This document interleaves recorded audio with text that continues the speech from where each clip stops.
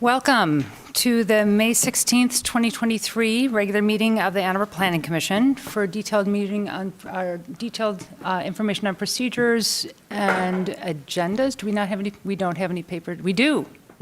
On the ends. Please help yourself if you are here and want a paper agenda. Could you please call the roll, Mr. Leonard? Yes. Before I call the roll, I just want to announce to anybody watching and those in the room, we are having some technological issues this evening. Any callers who are sharing any public comment with the Planning Commission via Zoom, that is either by phone or by logged in via Zoom, the Planning Commission will be able to hear those comments as is typical, but those that are watching this meeting on either on CTN or via the YouTube feed will not be able to hear those unless our masterful CTN DJ is able to sort of work some magic with the ambient microphones in the room. But just to be clear, the Planning Commission will get all of those comments, and everybody watching will be able to hear all of the discussion within the council chambers. With that, as requested, I will call the roll. Commissioner Gibrandal. Present. Commissioner Abrams. Here. Commissioner Sauvé. Here. Commissioner Mills. Here. Commissioner Hammerschmidt. Absent. Commissioner Dish. Here. Commissioner Lee. Here. Commissioner Clark. Commissioner Weich. Here. We do have a quorum of 7 members. Okay. All right, we will move on to item number 3, which is the approval of the agenda. May I have a motion? Commissioner Weich, seconded by Commissioner Dish. All those in, any discussion? Did I see a hand? No. Okay. All righty, all those in favor, say aye. Aye. Aye. Okay, we have, motion carries. All right, minutes of the previous meeting. This is for the May 2nd, 2023 meeting. Moved by Commissioner Dish, seconded by Commissioner Mills. Any discussion? No. Well, vote, please. All those in favor? Aye. Motion carries. All right, next are reports from City Administration, City Council, Planning Manager, on and on. So why don't you kick us off? My Councilmember pleasure. Dish. Thank you, Chair Gibrandal. Last night, City Council passed on first reading the 721 South Forest project, but promised to have a robust discussion on second reading. And we passed a over $500 million with a B dollar budget, which contains provision for a new planner and lots of incredible work on sustainability, which will no doubt suck up immediately all of that new planner's time. And there's also, there's beautiful social resources, also justice work being done. So I don't remember anything else, but if Mr. Leonard does, he should chime in. Those are the only items I recall from the agenda. Thank you, Councilmember Dish, last night, and my staff for enabling that I didn't have to be there to know that. As for our reports from the Planning Manager, only one we have an Ordinance Revisions Committee meeting scheduled for next week. We will be discussing some proposed, what I think are somewhat minor, but hopefully clarifying adjustments to our Plan Unit Development Ordinance. Great.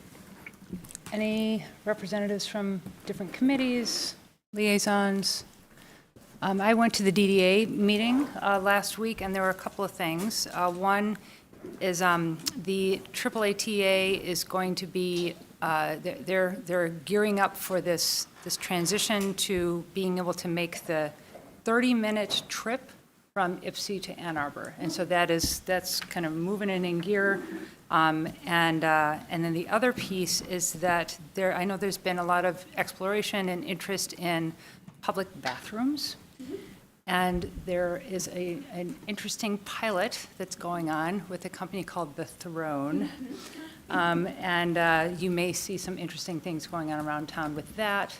It's kind of you have to use your phone to get in. You can have a card pass that they issue. There's some issues around security and privacy that they've been kind of working out. Commissioner Gibranda, you might move your microphone a Sorry, little yes, closer. and get a little closer there. So stay tuned. It seems really interesting in terms of what they're figuring out. It's not an easy one to solve. So. Those are ADA accessible. Correct, yes, those are ADA accessible, yes. All right, so, anybody else? Nobody else, all right, let's move on to item number 6, which is public comment.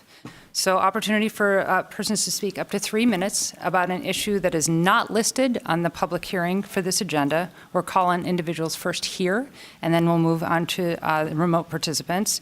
To speak remotely, press *9 if listening by phone, or use the raise the hand feature if viewing through the web link. For phone access, call 877-853-5247 and enter meeting ID 977-6634-1226. To unmute, press *6. City staff will select callers that have raised their hand using the last 3 digits of your phone number or by name. If accessing through the web link, you'll hear an automated announcement that the host is allowing you to speak. When speaking, please move to a quiet area. For either method, please state your name and address at the beginning of your comments. We start with folks here in the room.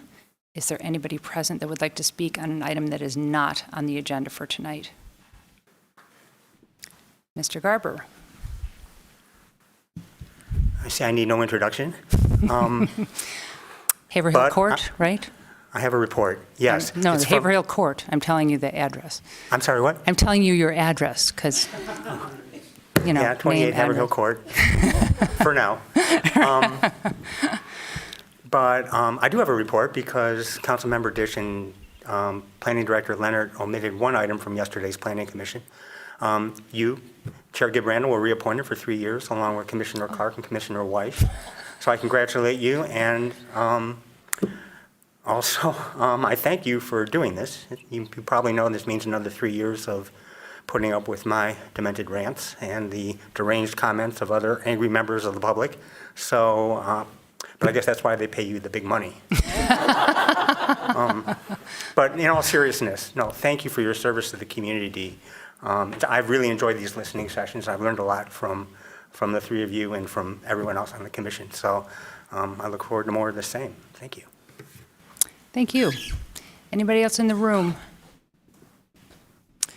Do we have anybody in line virtually? We do.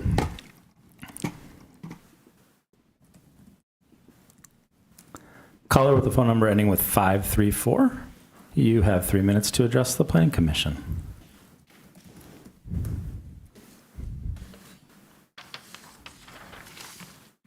Good evening. This is Tom Stolberg calling from Lower Town in Arbor. Later tonight, we'll talk about the South Town rezoning. It has quite a lot of positives to offer, especially in terms of sustainability features, but that's for discussion later. Last night, I raised the City Council some issues about sustainability. So I know this Planning Commission takes it very seriously, and I hope that keeps entering into our discussion. For now, I want to talk about 4 zoning categories that are grouped together: D1, D2, C1A, and C1AR. And they're grouped together for a reason. Those are the downtown and downtown transition zone categories.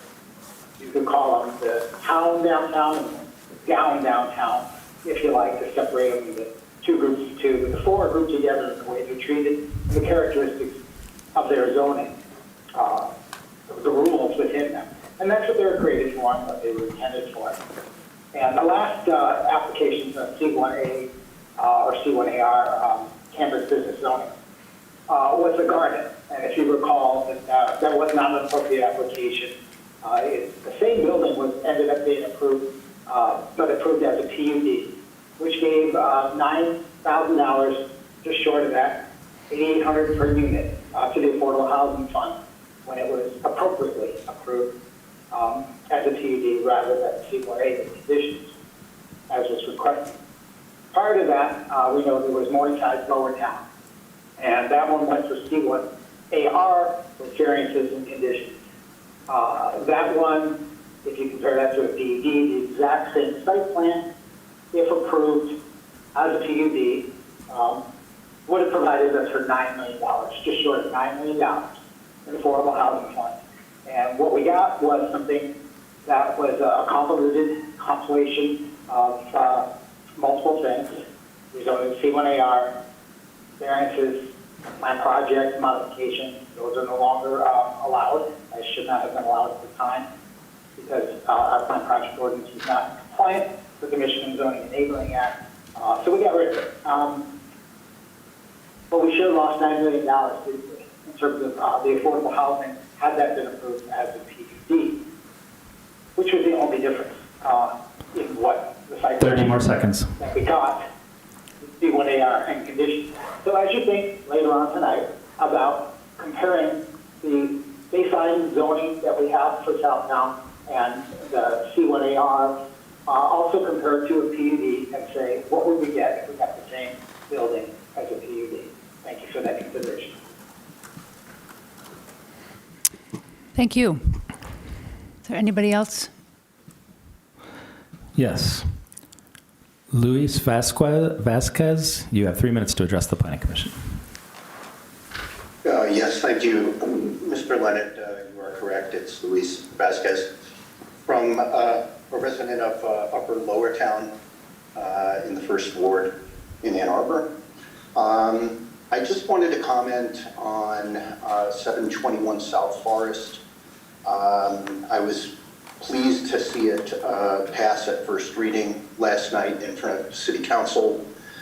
But I was kind of dismayed to hear that the developer wants to scale back that development and lose the opportunity for 70 apartments within that development. And also just to comment on zoning in general. Doing things by PUD, piecemeal, is really, I think, in my humble opinion, quite ineffective in getting to the goals that we want. It unnecessarily delays the process of getting developments approved. And I would like to see that change. I'm hoping through the reform of the comprehensive land use plan achieves this and makes something like a 721 South Forest and what you're about to discuss with Southtown, making them by right developments. So thank you for your time. Thank you. No other speakers indicated. Okay, we will then move on to item number 7, which is the public hearings for the next business meeting, which is June 6th. We have we have 3 new public hearings scheduled for Tuesday, June 6th. First is proposed amendments to Chapter 55, the Unified Development Code, Section 5.15, permitted use tables, and Section 5.16, use specific standards, to permit and regulate event space use and additional zoning districts, and Section 5.20, landscape screening and buffering, to amend the requirements related to conflicting land use buffers. The second public hearing is for 2195 East Ellsworth, Lockwood Plan Unit Development Text Amendment. This is a proposal to adjust the east side setback by 4 feet from 144 feet to 140 feet and the south side setback by 4 feet from 68 feet to 64 feet. No new construction is proposed. And lastly, 3945 to 3957 South State Site Plan and Special Exception Use, a proposal to reduce the size of the existing building at this location by 1,384 square feet and add a drive-through lane along the rear of the building. Thank you. Okay, we are on to our, we don't have any unfinished business, so we are on to item number 9, which is regular business. And 9A is the Southtown rezoning site plan and street vacation. This is 1601 South State Street, a project with 3 petitions to redevelop the block bounded by South State Street, White Street, Henry Street, and Stimson Street. A petition to rezone a block of 10 parcels from R4C, multifamily dwelling, to C1AR with conditions, campus, business, residential, with an offer to reduce the maximum height limit to 100 feet, set a maximum vehicle parking limit to .25 per dwelling unit, and set a minimum active open space requirement of 50 square feet per dwelling unit. 2, a site plan for city council approval to construct a 2,020 square foot mixed-use building with ground floor retail, office and childcare space, and approximately 215 apartments. And 3, a petition to vacate the public alley in the block. Site includes addresses 1601 South State Street, 1605 South State Street, 1607 South State Street, 1609 South State Street, 1611 South State Street, 1606 White Street, let's see, and which is 72,148 square feet. It's 1.7 acres, zoned R4C. Staff recommendation is postponement. So the petitioner has 10 Commissioner minutes, but I Guerrero. presume that we are about to have Yep. somebody vacate our, I'm going to leave at this Bias. point based on my involvement in the project. Thank you. Thank you.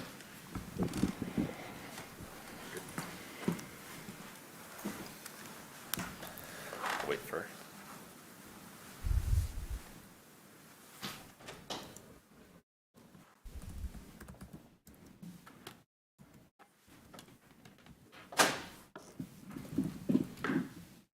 So can I start whenever? yeah, unless there's some coordination that needs to happen between the two of you. Should be ready to go. Yeah, Okay, great. let her roll. Yeah, thank you very much for having us here tonight. We're really excited to talk about this project. Myself, I'm Adam Smith. I'm the Director of Design of Synecdoche. Brendan Cheney is our civil engineer on the project from Netterveld. Sydney Magoski here from our team as well. She's our studio director. We've all been working on this project. The owners could not be here tonight, unfortunately.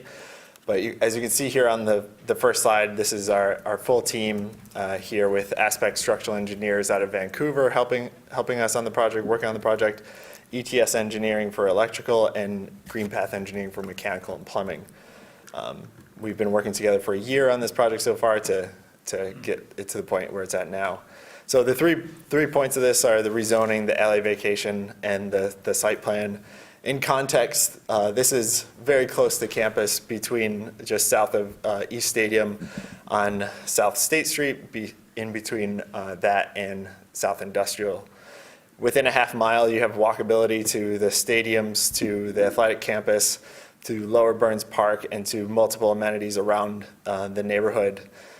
Across South State Street, you have the full athletic campus, and South State Street is a main direct thoroughfare to Central Campus, and then down to I-94 and the TC1 zoning there. Called out in these are also the neighborhood, that this is becoming a 15-minute neighborhood with all of these amenities. You have things like Revel and Roll, Benny's Diner, Produce Station, Beer Camp, the tennis center down the street, Roos Roast. These are major local businesses, and this developer 4M, they've been working in this neighborhood. They know these neighbors here, and this project is really a part of growing this even more into a 15-minute neighborhood for this space. They've recently developed venue there as well. So the land use plan calls out this area. You can see in this little green square at the top here, that's the site. Along number 5, it's called out to be an area where mixed use and residential could happen. And then area 1 of the South State Street corridor plan also calls out developing non-motorized transit, mixed use. And you can see by adopting TC1, it's already blending into that area 1 for more mixed use and more multimodal transit along that corridor, knowing that that area is growing. The zoning around the area is pretty mixed, so south of it is more commercial and then M1 zones with R1, R4C right next to it, and then further up the way is a C1AR zoning as well at Packard, and then obviously to the east to the west is the campus, U of M campus.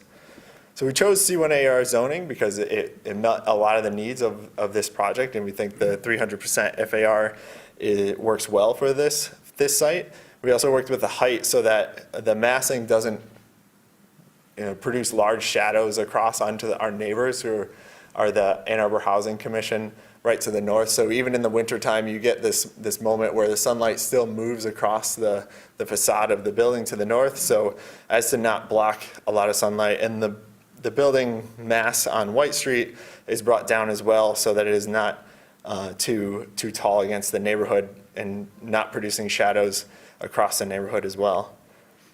Right now, there's 38 dwelling units and 10 structures on that site, and we're proposing to have 100, and I can't see the number exactly right there, 178, I think it is, on there, new dwelling units in this structure here, which fits into the mix of scale in that neighborhood.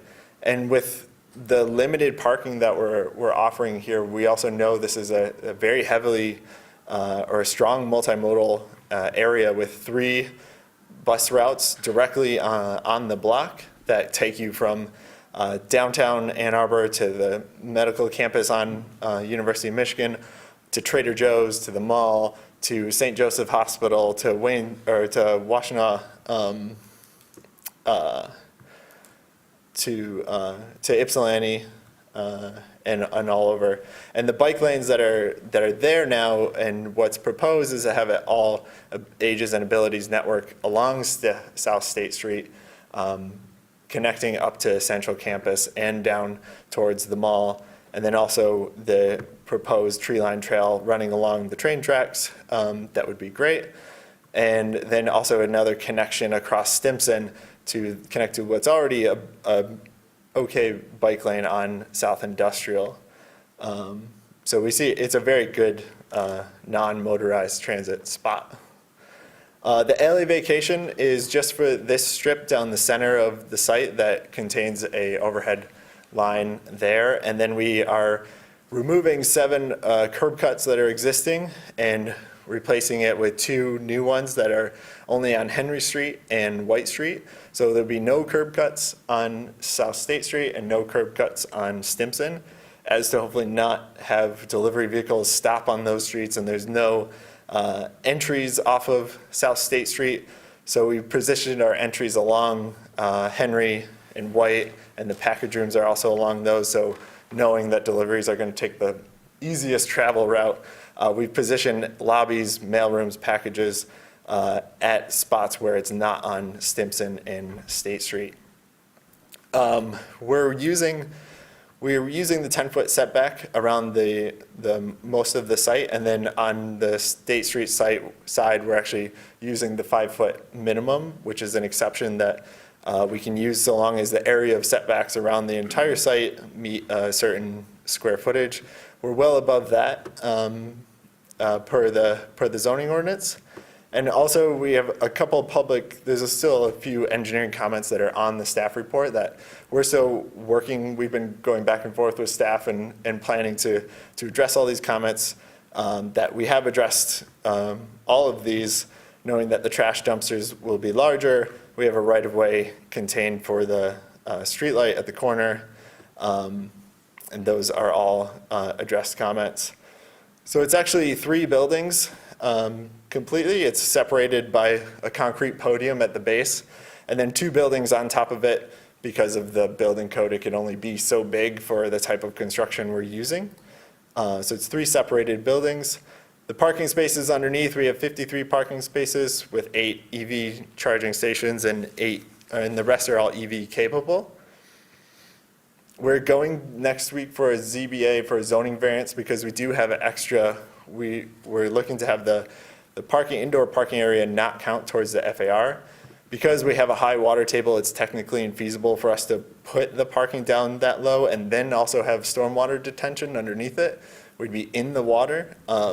So our proposed variance is to have the covered parking with a park on top of it, and the other options are parking with no parking, which would be more of an issue, and then not being able to get it into the water table. So the building is built as a building on top of a park, and this area is all accessible to the public on top, and it's all open, flexible, and garden area. We also have a lot of bike parking around. I myself am a bike rider. We have 5 times the amount of Class A bike parking on the ground level, so this doesn't include anything in units, but at different levels of on-ground bike parking and racks of bike parking for more density, but knowing that e-bikes are heavy and they should be on the ground as well. A lot of these spaces around are for visitors as well, not just for people living there. The street design, we've set back from, we meet our minimum 5-foot setback on State Street and also get the sidewalk amenity space along that street, so it's a lot of space for people. And same thing on Stimson, where you see there's space for people there. The 6th level and up have a green roof and solar panels all around. I can address a lot of these later too. And then we have a lot going on sustainability-wise. Solar power, we're working through geothermal, and a lot of wall insulation to try to meet passive house, baseline passive house standards. We're doing a panelized system for construction, which is mass timber and CLT to reduce the amount of noise, dark sky lighting. Bird-safe glass will be installed throughout the site, throughout the building. The materials of the building are actually pretty sustainable. They clean the air as they sit there. We have pave drain pavers that act as water sequestration on the site, as well as a water detention. These are some data we can go over about CO2 that's it's being built with, and plans of units, a lot of diversity of unit types, 2 bedrooms, 1 bedrooms, studios, and that is it. So I want to thank you before my time is up. There's a lot to go through, and I'm sure there'll be a lot of questions about, so looking forward to it. Thanks, you got it right there under the line, yeah. Yeah, I'm sure we'll have the opportunity to go through a lot. But first, we move on to staff presentation.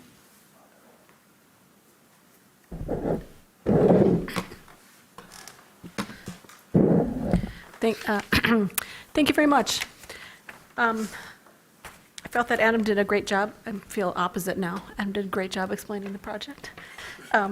I'm just going to go over a bit in the staff report, focusing on our staff analysis. But as mentioned, this is actually 3 petitions in one, so there are 3 motions to pass tonight. The first is a petition to rezone. The current zoning is C1A, nope. Current zoning is R4C, and the proposed zoning designation is C1A/R with conditions. Attached to the staff report included in the packet is our template that formalizes and documents the conditions. These were voluntarily offered by the owners and applicant team, and they impose a height limit, a maximum vehicle parking limit, and a minimum active open space requirement. Project also includes a site plan and a street vacation petition. Bear with me a second. Repeating myself, but they are requesting a rezoning from R4C, which is a multifamily dwelling district, allows 10 dwelling units per acre, to C1A/R, which is campus business residential, with the conditions I had mentioned. The conditional zoning offer letter can be found in the file, as well as a petition that addresses some questions to help the Planning Commission with their deliberations.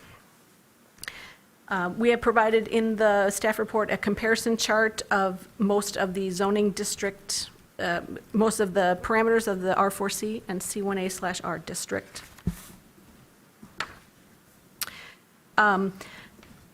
I would note that the comprehensive plan as a whole encourages more dense development with a particular emphasis on more housing overall and a wider range of housing types, and encourages more sustainable developments, living arrangements that enable less or no reliance on personal vehicles and reduced vehicle travel miles. City Council and Planning Commissions do support, in their actions, have supported projects that further these goals. The proposed C1A/R district designation is a reasonable choice to meet those goals, given the site's proximity to campus, And although the R4C district and C1A/R, one is a residential district, one is a mixed-use district, they are a little bit apples and oranges in terms of being able for a direct comparison. But for argument's sake, the R4C district probably has an FAR of 100%. We suggest that because a typical development is a two-story building covering about half the site. So that's about 100% FAR. And the C1A/R district is 300%.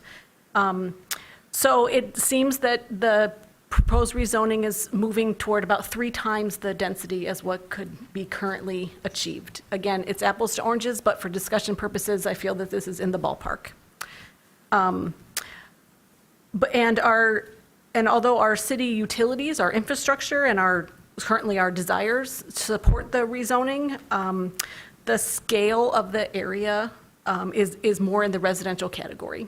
And so staff support the rezoning with 2 conditions. One, that the development provides 19 feet of setback from the back of the curb to the building face. This enables the space needed so that this higher level, this more urban level of pedestrian amenities for the number of residents that we can expect can be accommodated.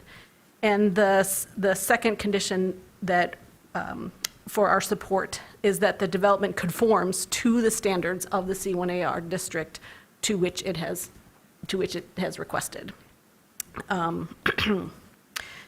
And with those 2 stipulations, the proposed rezoning will be in keeping with the goals or applicable goals, policies, and standards for development.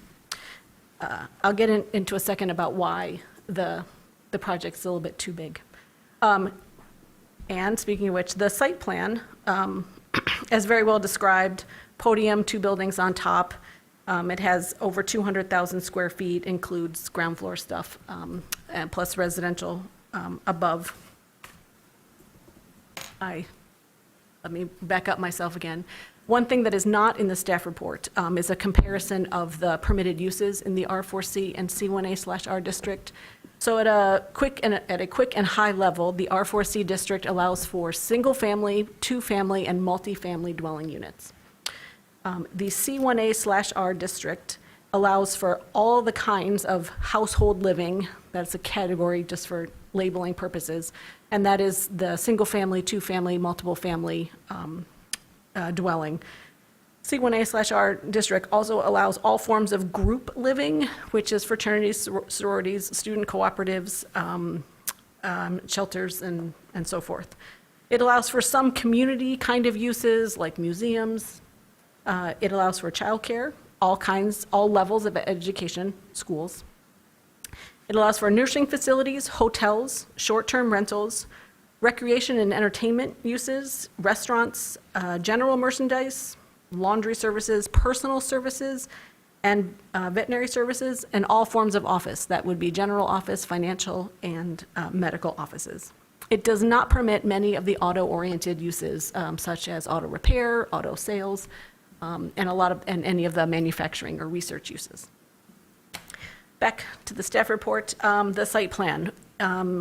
The project has measures from exterior face to exterior face, around 246,000 square feet, which calculates to a floor area ratio of 345%.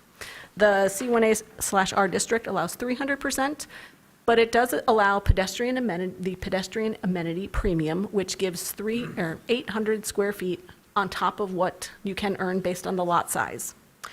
If you do that math, the FAR would be then 311%. They have requested a variance to not include the floor area used for parking, which is within the podium. If you remove that, then the numbers drop and the floor area ratio calculates to 308%.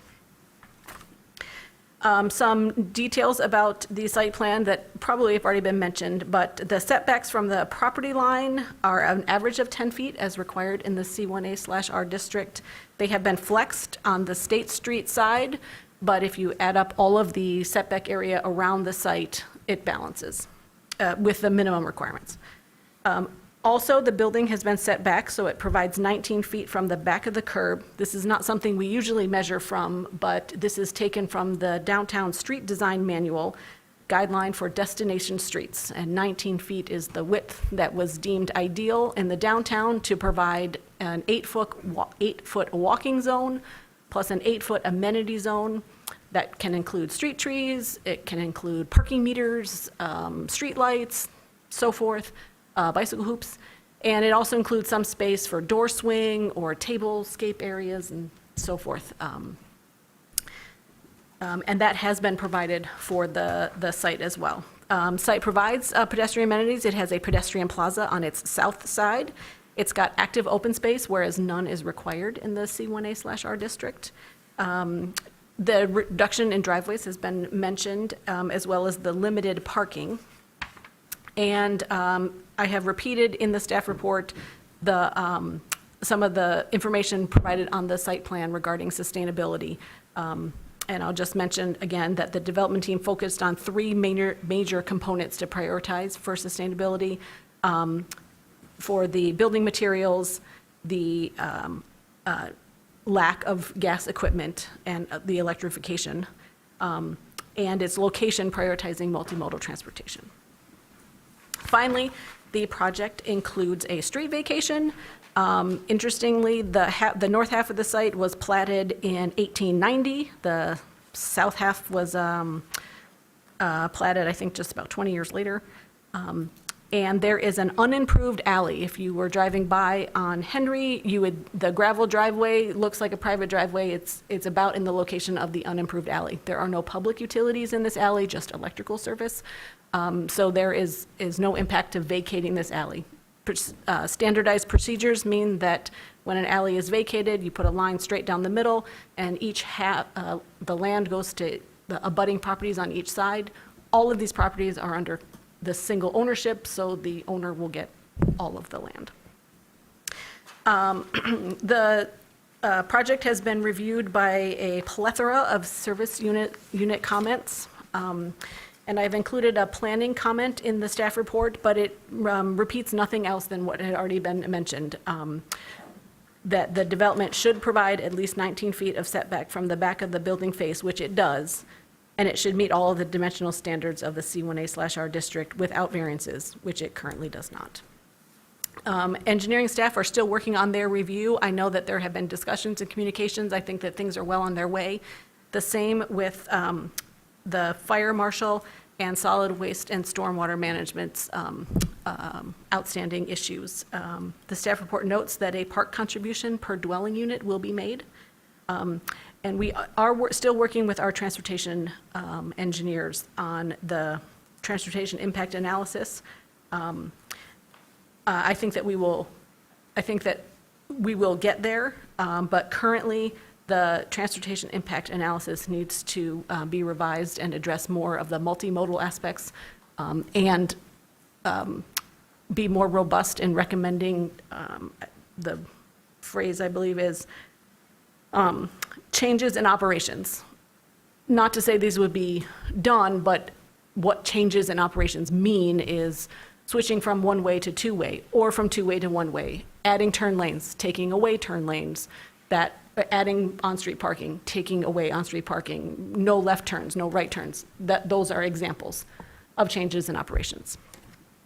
I believe I mentioned that the project has been scheduled for a variance to be heard at the Zoning Board of Appeals meeting next week, Wednesday, which is May 24th. Because of the outstanding staff issues and the complexity of the project, staff is recommending that the project be postponed. Thank you. Thank you. All righty, we will move on to the public hearing now for this project. Folks in the room can have 3 minutes or remotely. If you're speaking remotely, press *9 or use the raise the hand feature. For phone access, call 877-853-5247 and enter meeting ID 977-6634-1226. To unmute, press *6. City staff will select callers that have raised their hand or use the last 3 digits of your phone number.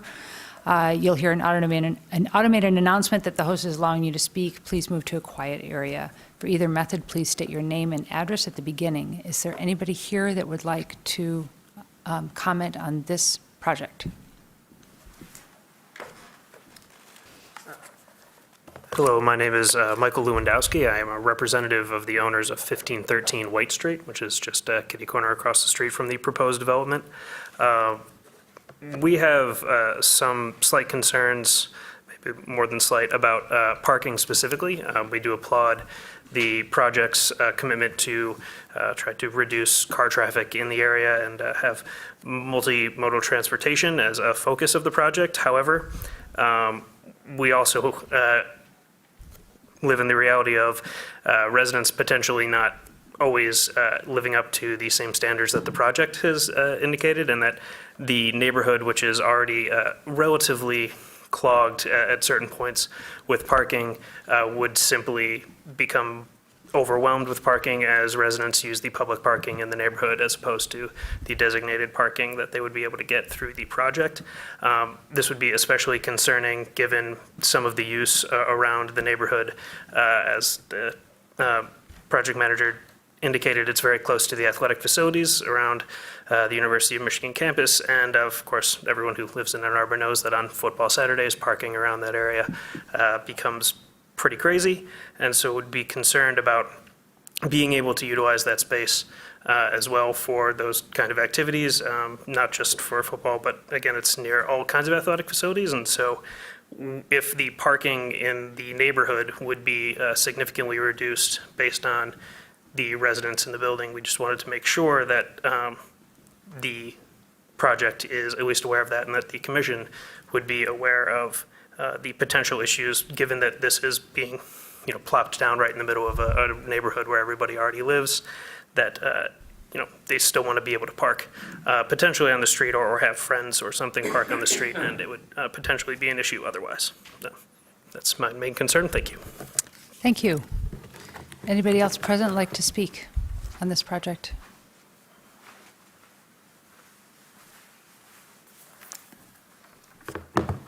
Hello, Adam Goodman, 400 Virginia Avenue. I'm here tonight because I'm really excited about this project. I think that it is almost everything that our city has been asking for from developers. It's, some of you have described it as well, very difficult, maybe with more colorful language than that, to get developments that are, for example, all electric. And here we have one.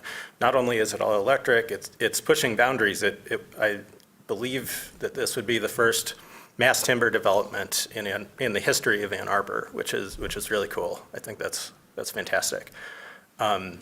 I, of course, also very much appreciate the commitment to multimodal transportation here and providing very limited amount of parking. The Planning Commission and City Council recently chose very deliberately to remove parking minimums from our zoning code citywide, and I think that was a correct choice. And the public streets are public property. They don't belong to any one of us. So I think it may be valuable to acknowledge that there will be an impact, but I think it is consistent with the goals that the city, that you and City Council have put in place for developments. So, with all of these things, with all of these great benefits, I would think that, we should be, the city should be bending over backwards to make sure that this gets approved as efficiently and expediently as possible. And unfortunately, it doesn't seem like that's quite what's happening. It seems like this project is getting run through the ringer that is typical of Ann Arbor and makes us somewhat infamous among local and regional developers. Maybe that's a broader problem that we can't solve for a particular project just because we like it, but it's still a little discouraging. And also, I have to say, I don't particularly understand the staff recommendation about no variances. That seems weird to me. Are we saying that you want to preempt or override the Zoning Board of Appeals on this? And you know, I also bring this up because it seems clear to me from the presentation from the developers that if this variance were denied, the project could still move forward, but it would be worse, and not just worse for the developers and the future residents, but worse for the neighborhood and the community as well. Thank you. Thank you. Anybody else present that would like to speak?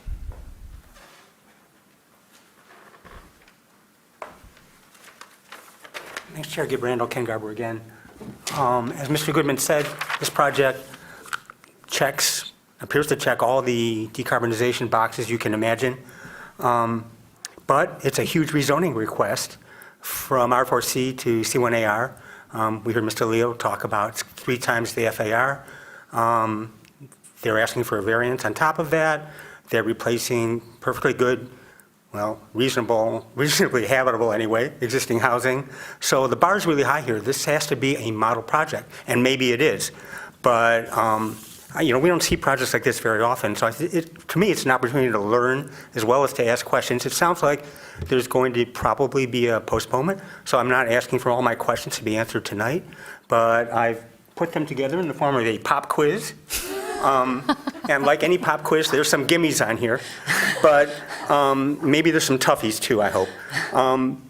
First, we're told that electric heating sources will be VRF ductless units with electric VTAC units on the roof. VTAC stands for vertical terminal air conditioner, 1 per unit. These are less efficient than ductless VRF. Why do you need VTACs? Could you eliminate them and get more solar capacity on the roof? Number 2, will the VRF employ air source or geothermal?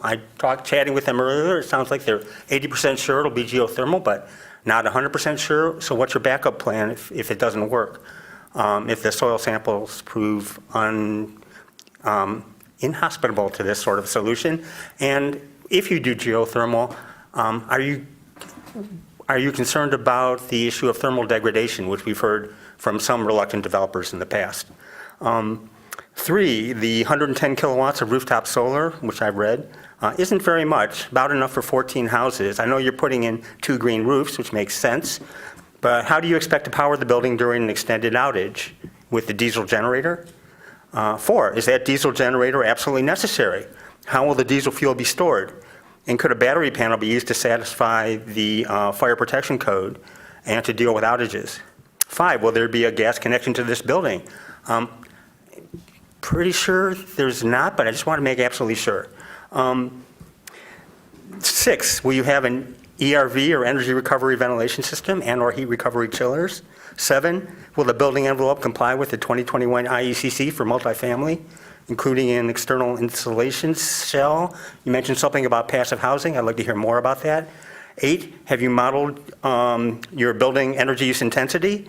IECC zero codependent sets a maximum for our climate zone of 47 kilobTUs per square foot per year for multifamily residential. How do you stack up? 9, have you explored zero energy path? And mass timber construction, will it still include, how much concrete and steel will you still be using? I had a bonus question, but I guess I'll skip it. Thank you. I don't know if we got all those down or you all got all those down. Anybody else present that would like to speak? All right, well, we will move on to the virtual list. And this is where the folks who are tuning in won't be able to hear these. The people in the room will be able to hear them. That's correct. Lauren, you have 3 minutes to address the Planning Commission. Hi, thank you for accommodating my question. I'm Lauren. I live at 801 Rose, just right across the street. I want to iterate what a few folks have already surfaced just briefly. Certainly this area is known to be a high traffic area. So in terms of the infrastructure accommodation, I do like what I'm hearing around supporting the 15-minute neighborhood, but I do have some questions in terms of really addressing the infrastructure needs, not just of this immediate neighborhood at these addresses, but also then extending with the projected growth of the current proposal. And these infrastructure needs lie around grocery store, cycling infrastructure, noise, ordinance in terms of accommodating the train that regularly honks in this neighborhood. And then also the growing infrastructure around autonomous vehicles with A2Go from May Mobility. And so I'm just wondering, and like the similar speaker was bringing up questions, I don't immediately expect them to be resolved, but I haven't heard how some of these infrastructure needs will be addressed again for the existing neighborhood and then to accommodate this projected growth of the development. I want to come back to the grocery store in particular because 4M, a big figure in this proposed project, they themselves have a lovely venue that's been out since October, a great new space in the neighborhood. However, it did take away a very significant need for grocery stores. And while I do understand that this is a mixed-use proposed development with the potential for retail on the ground floor, I would like to see some greater interest in acknowledging the grocery needs of, again, this neighborhood, but also to meet the projected growth.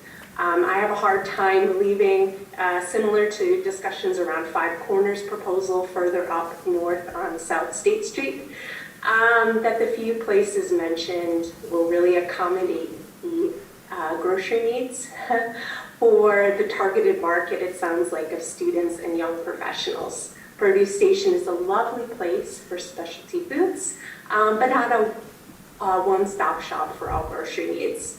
On the cycling infrastructure side, 30 more seconds. I 100% support 15-minute neighborhood, but there needs to be further investments in the cycling infrastructure to accommodate everyday traffic along with the sporting events that occur in this neighborhood. Overall, I support this project and would like to see further improvements to elaborate on it. Thank you. Thank you. Is there anybody else in line?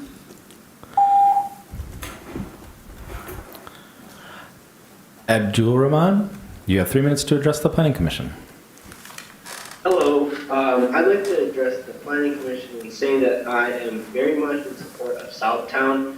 I'm a columnist for the Michigan Daily, and I recently wrote a column about how Ann Arbor needs more mid-rise buildings, and I wrote about how we need them in places that aren't downtown. And this is literally almost exactly a home run of what I was saying we need. I mean, this is going to add more housing to the area. This is going to be a very sustainable building. It's going to be a very innovative building. The second mass timber building in Michigan, first mass timber building in Ann Arbor, first residential mass timber building in Michigan.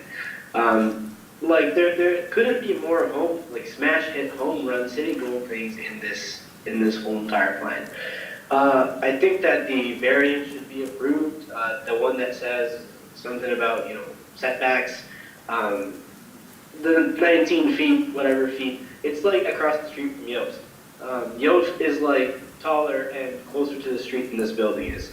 So I just think there's almost literally nothing wrong with this building except for that it's on tile parking, which makes it taller. It's just like a very much home run building. It has a lot of things right. It's very little wrong. It's going to be great. It's going to look nice. Shows pictures, like renderings and whatnot.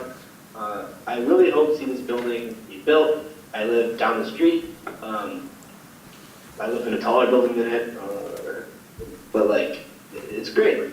I don't see any reasons against this building. It's in the master plan. It's close to downtown. It's close to buildings the same size as it. It's close to uses that are similar. There's all these reasons that the developers iterated, all of these reasons in the master plan to approve, all the different requests that the developers asked for.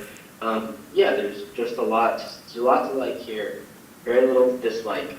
And I really hope to see this get built the way the developers envision with the public spaces and all the stuff that they're asking for variances for. Please approve this. Thank you.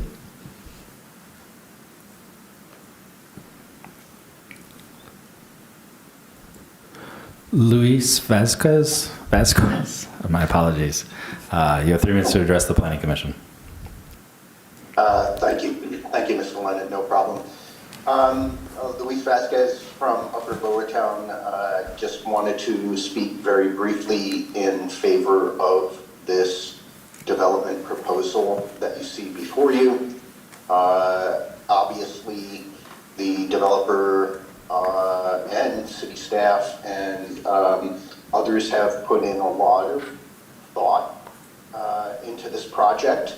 I would like to see it move forward expeditiously with perhaps some of the minor tweaks and variances, etc. This looks like a great project overall. Thanks. Thank you.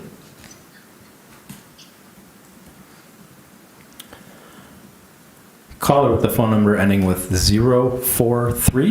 You can press *6 to unmute your phone and address the Planning Commission. Go ahead. Good evening. This is Cynthia Arca at 810 Henry Street. You might, I am. ma'am, you might mute the sound on your computer. We're getting some feedback.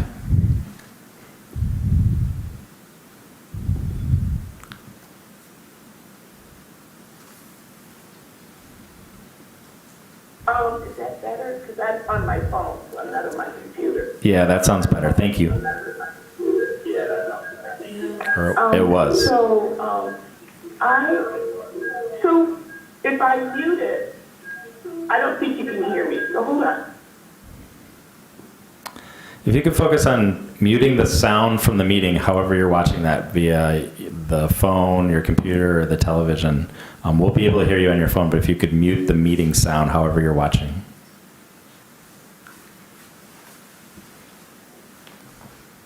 Okay. I think we got it. Thank you. Can you hear me? Yes. Okay. That's better. Okay, sorry about that.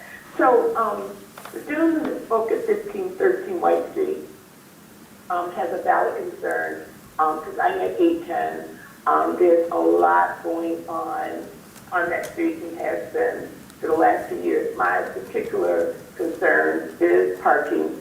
I was concerned about parking when the Airbnb was built. I understand the housing and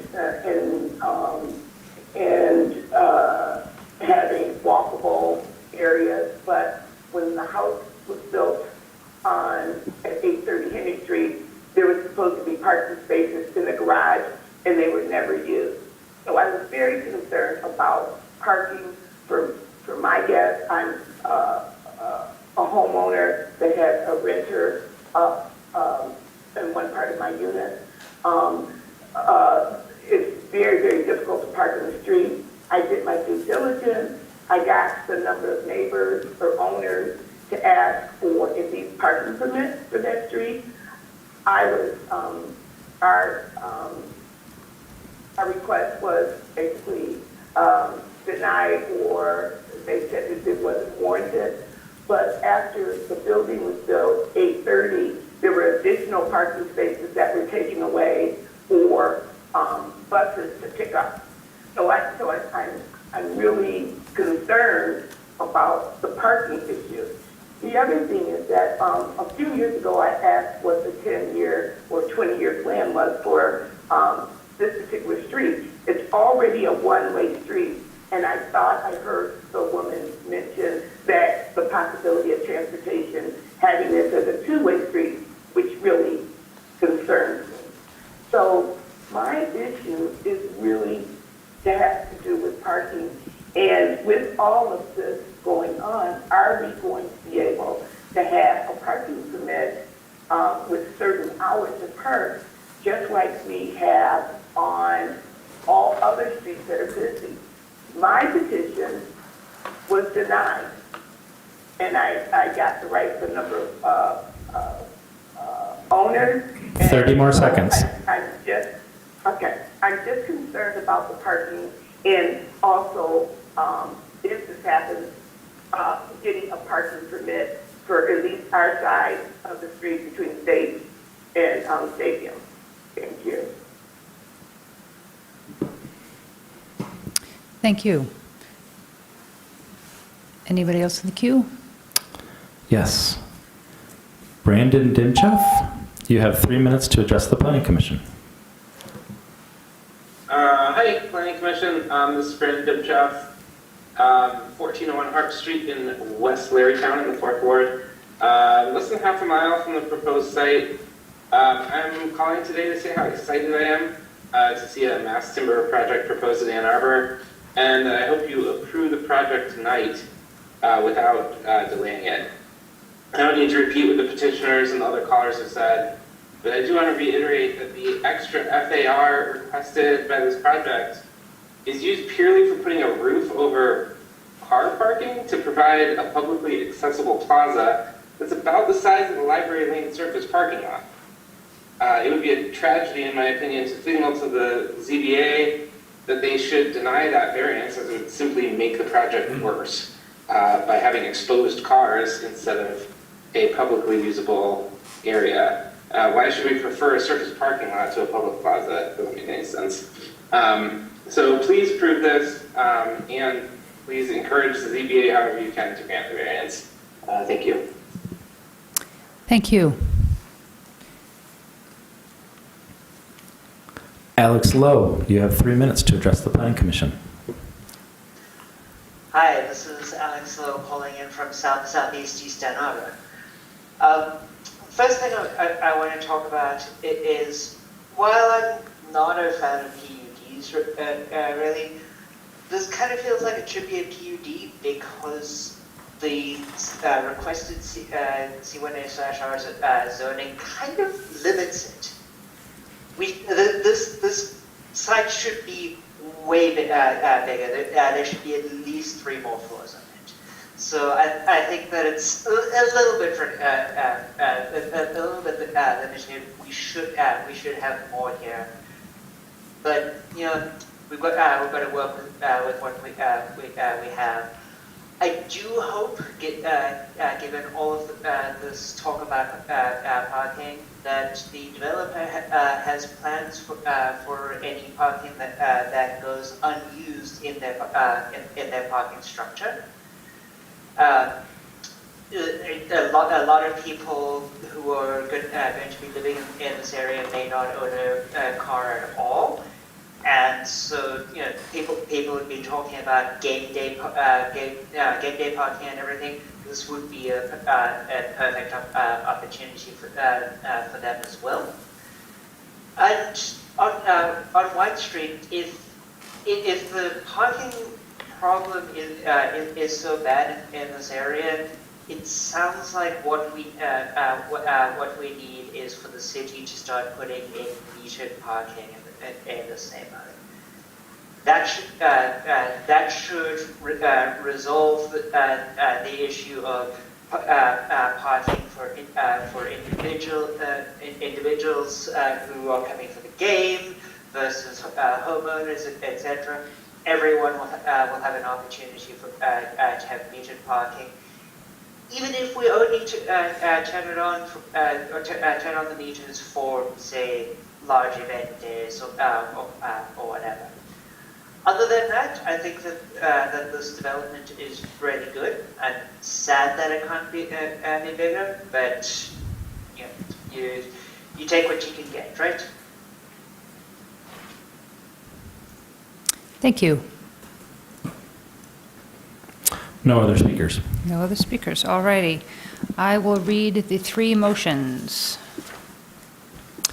The first one is the Ann Arbor City Planning Commission hereby recommends that the mayor and city council approve the Southtown rezoning petition to C1AR, Campus Business Residential District, and accept the conditions that the maximum building height is limited to 100 feet, the maximum vehicle parking limit is 1 space per 4 dwelling units, and the minimum active open space requirement is 50 square feet per dwelling unit, subject to executing a conditional zoning statement of conditions.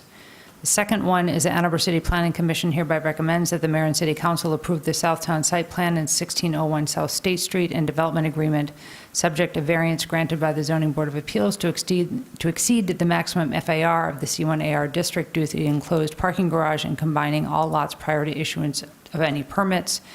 And the last one is the Ann Arbor City Planning Commission hereby recommends that the mayor and city council vacate the unimproved platted alley in Block 3 of the Hamilton, Rose, and Sheehan's addition to the city and town of Ann Arbor.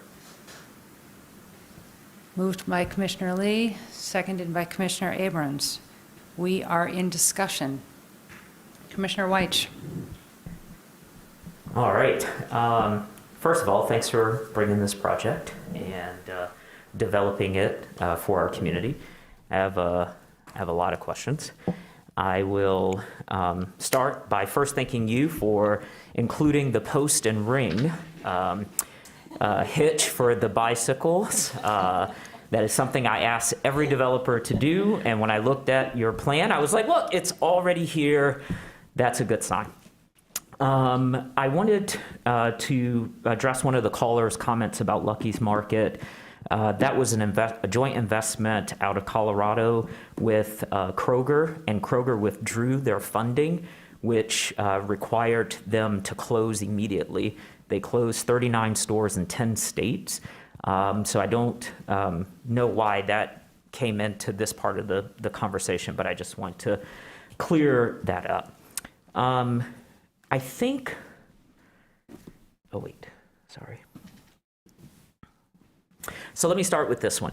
Why did you request C1AR instead of a PUD? So we requested partially because of we started this building off with the building type, and I want to address also why it's that height, and this is where C1AR works with it. We're proposing using a newer version of the Michigan Building Code, and this version limits the height of this construction to 85 feet. And so C1AR met the FAR of what 85 feet would do on this site. It met a lot of the goals of the project. We felt it was the right scale for the neighborhood. And we also used the setbacks that were on the chart and what we ended up with that makes it, I think, a proper use. And everything we wanted to do would fit.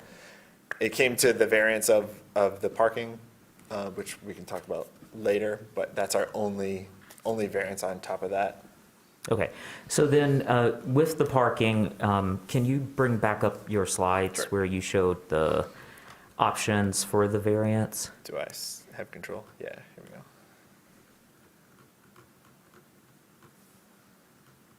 It's a few slides back. I know. Okay. So then if the variance at the ZBA is denied, how are you planning to address that? Or is this? If it's denied, or how Yeah. we address the variance? You can do both.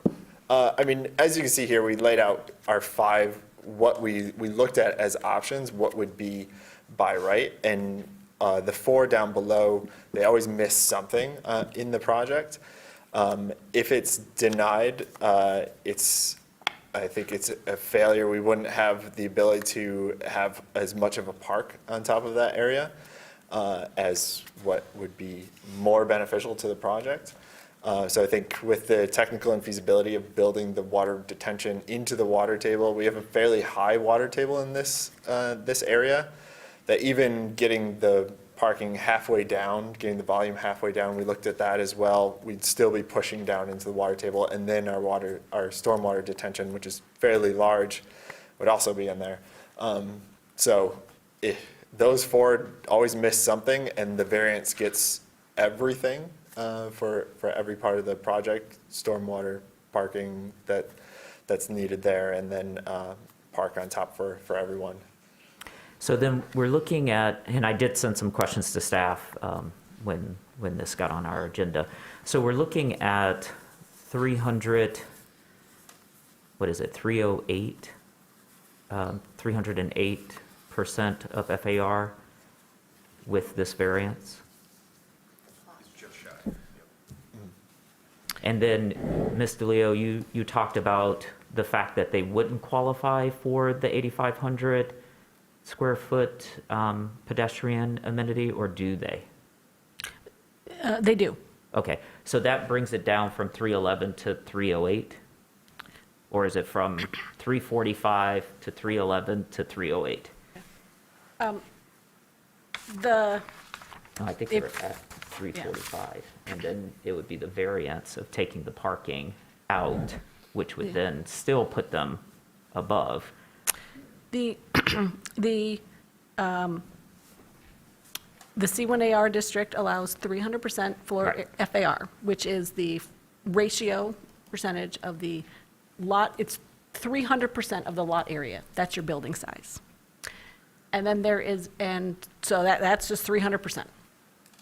And that floor area is 216,444 square feet. Right.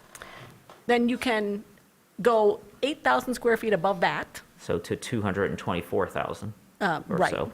with the pedestrian amenity premium. The way it's worded, it says that you take the 300%, what that number is, and then you can add 8,000 square feet. So there's no sort of max cap, but if you do Oh, I see. but if you do so the they math. would still stay, Yeah, they'd but- be maxed out, but the Yeah, 8,000 yeah, would but if you allow do- for the extra square Right, footage yeah. that we are in debate about. Yeah, and Okay. if you do the math, the 300% FAR plus 8,000 square feet, that's 311. Okay, great, thank you. Back to my questions.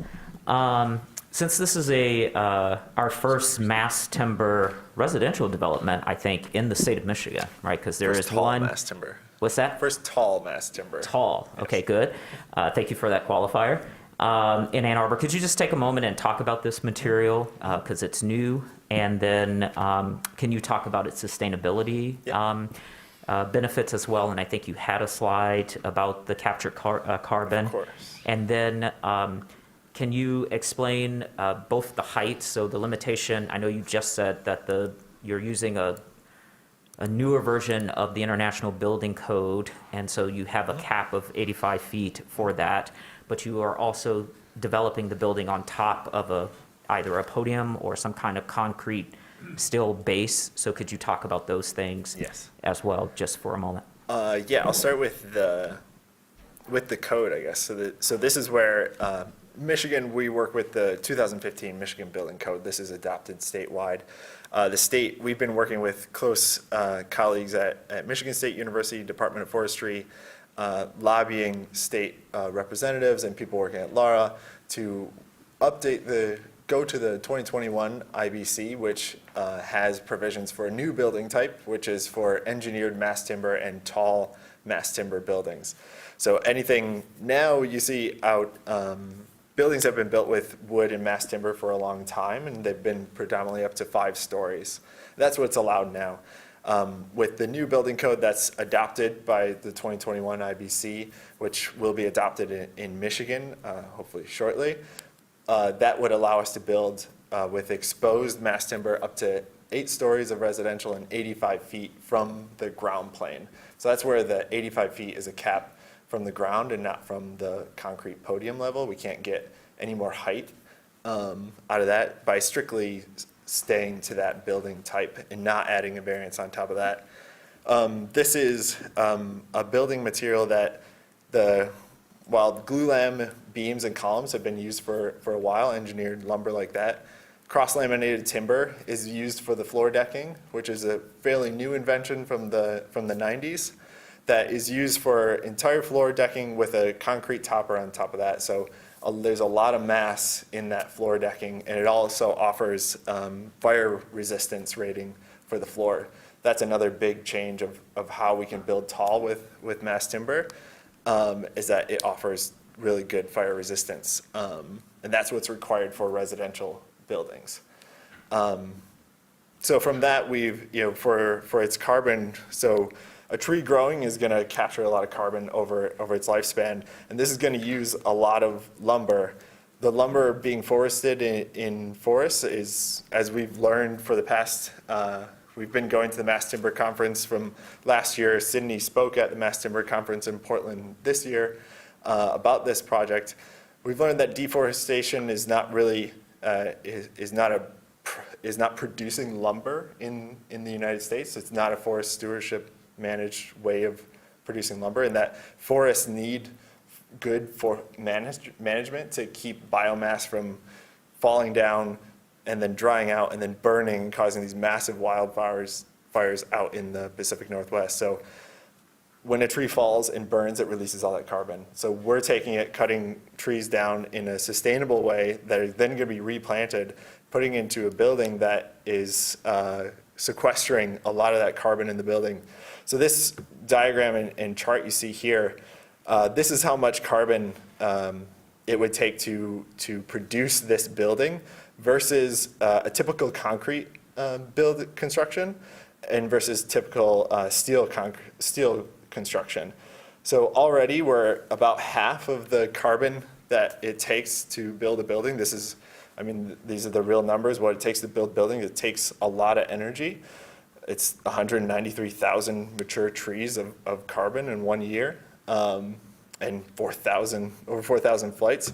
But using wood, it's sequestering about 80% of that carbon that otherwise is being produced into the atmosphere and keeping it inside the building. And then new trees are planted and sequester more carbon, and the cycle continues. So that's the really great sustainable product of mass timber. And then it has to be on a concrete podium because of the use underneath to separate. We have cars parking underneath, and we have other commercial uses. We have electrical rooms, we have generator rooms that we need a certain level of fire resistance between that and other parts of the building. So that's why the podium is required by building code to be concrete. But we're doing as much wood as we can. Thank you. Sorry if I it was think a long answer. this question, no, it's a helpful question or answer. I think this question now is for staff, Ms. DeLeo. If you could just walk me through again the setbacks, the 10-foot and 19 and the 5. So I think my understanding is because they're exceeding the setbacks in other parts of the development, they are developing to the 50% minimum of that zoning area, which would be 10. So 50% of it would be 5. So they would fit that. But we are rejecting what is in the zoning ordinance and are requesting 19 instead.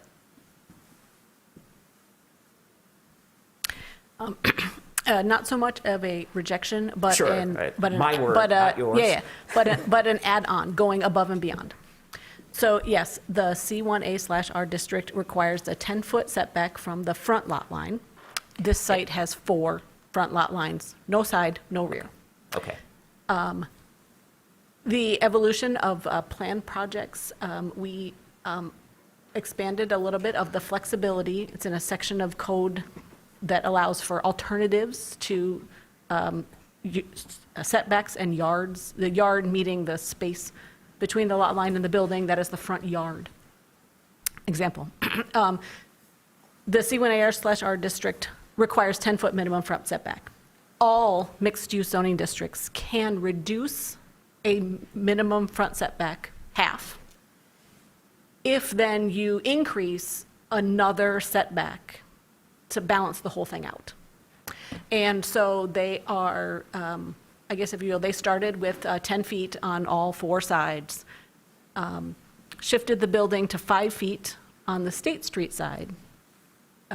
They can give you maybe more specific, exactly the calculations, but in the end, the total amount of front setback area remains equal or more than the minimum required. But setbacks are taken from the lot line. And here, Adam, you might need to remind me the dimensions, but then the public sidewalk is in the public right-of-way side.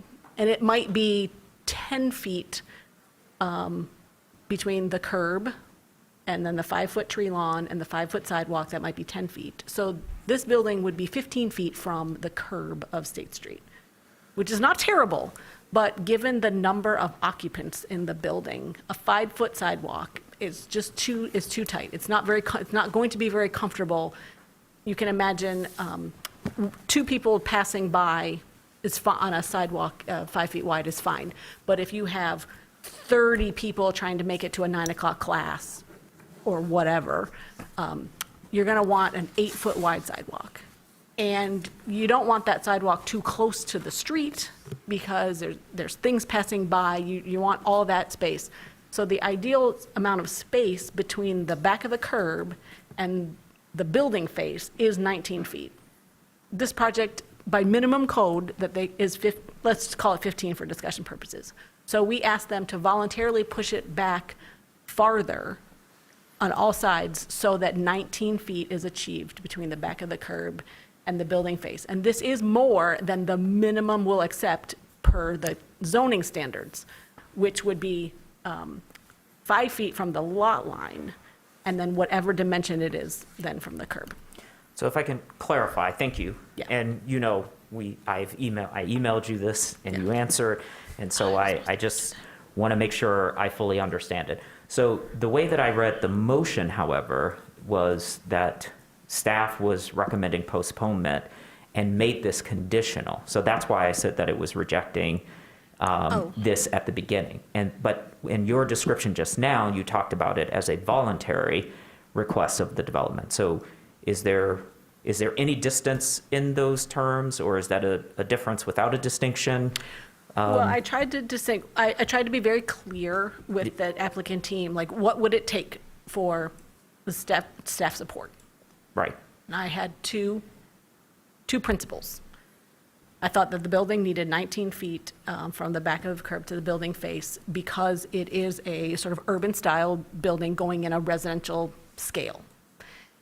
And I thought that for consistency and uniformity, that it needs to have a measurement of mass that is 300% FAR, plus 8,000 square feet, because that's what the minimum standards are. And they are meeting my 19-foot request. But the building, they did not reduce the size of the building. So the building. Okay, I'm sorry, you just said something new.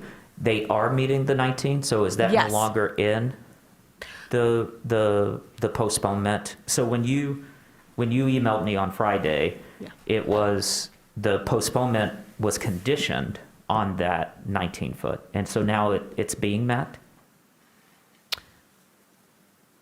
I honestly cannot remember exactly what I wrote on Friday. Okay.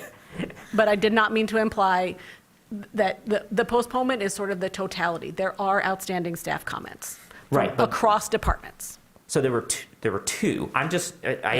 If you will permit me, Yeah. I just want clarity so that I Yeah. understand, because I'm going to do something in a moment, and I want to make sure the thing I do is the right thing, and this is how we disabuse me of that now. So and let me just net it out. I don't understand why we were postponing this. This is a referral to City Council. So Council is going to get this. There's going to get a first reading. Then there's going to be a second reading plus a public hearing. They have to go to ZBA. This feels like an unnecessary delay in a process that is already ongoing. So given that I haven't been working with the developer for a year, and you have, I want to defer to make sure I understand what you are communicating to us at the table. And when I emailed and we exchanged, and thank you so much, quite prompt, quite exhaustive, I really appreciate your response to me, it seemed there were two things. And the two things were the developer needed to meet a 19-foot minimum setback, and the developer needed not to exceed 300% FAR. Did I read that correctly? I know there's all the staff comments and the traffic and all those things, but. So those were my two original stipulations for my support of the zoning designation. Okay. And they have met one of them. Okay. The building does provide 19 feet for whatever manner So of that's design. now gone. Yes. And so now the issue is the FAR, which is up to ZBA. It is. Okay, sure, Mr. Leonard. If I could, so So I just want to sort of echo that we did have some staff conversation on this, and the question of the site plan before you is, does it meet the requirements of our code? And in its current configuration, it does not. You could do that, and that is achievable in a couple of ways. One, the Planning Commission could deny the site plan because the proposed site plan does not comply with the zoning that's being asked for. And so that's one scenario. The second scenario is the Planning Commission could approve the site plan without postponement, subject to or conditioned upon the granting of a variance by the Zoning Board of Appeals. That has not happened yet. I want to sort of stick in, I don't want to speak for Alexis, but I want to speak in for my voice. This petitioner, as noted, we think the C1AR is an appropriate zoning district for it.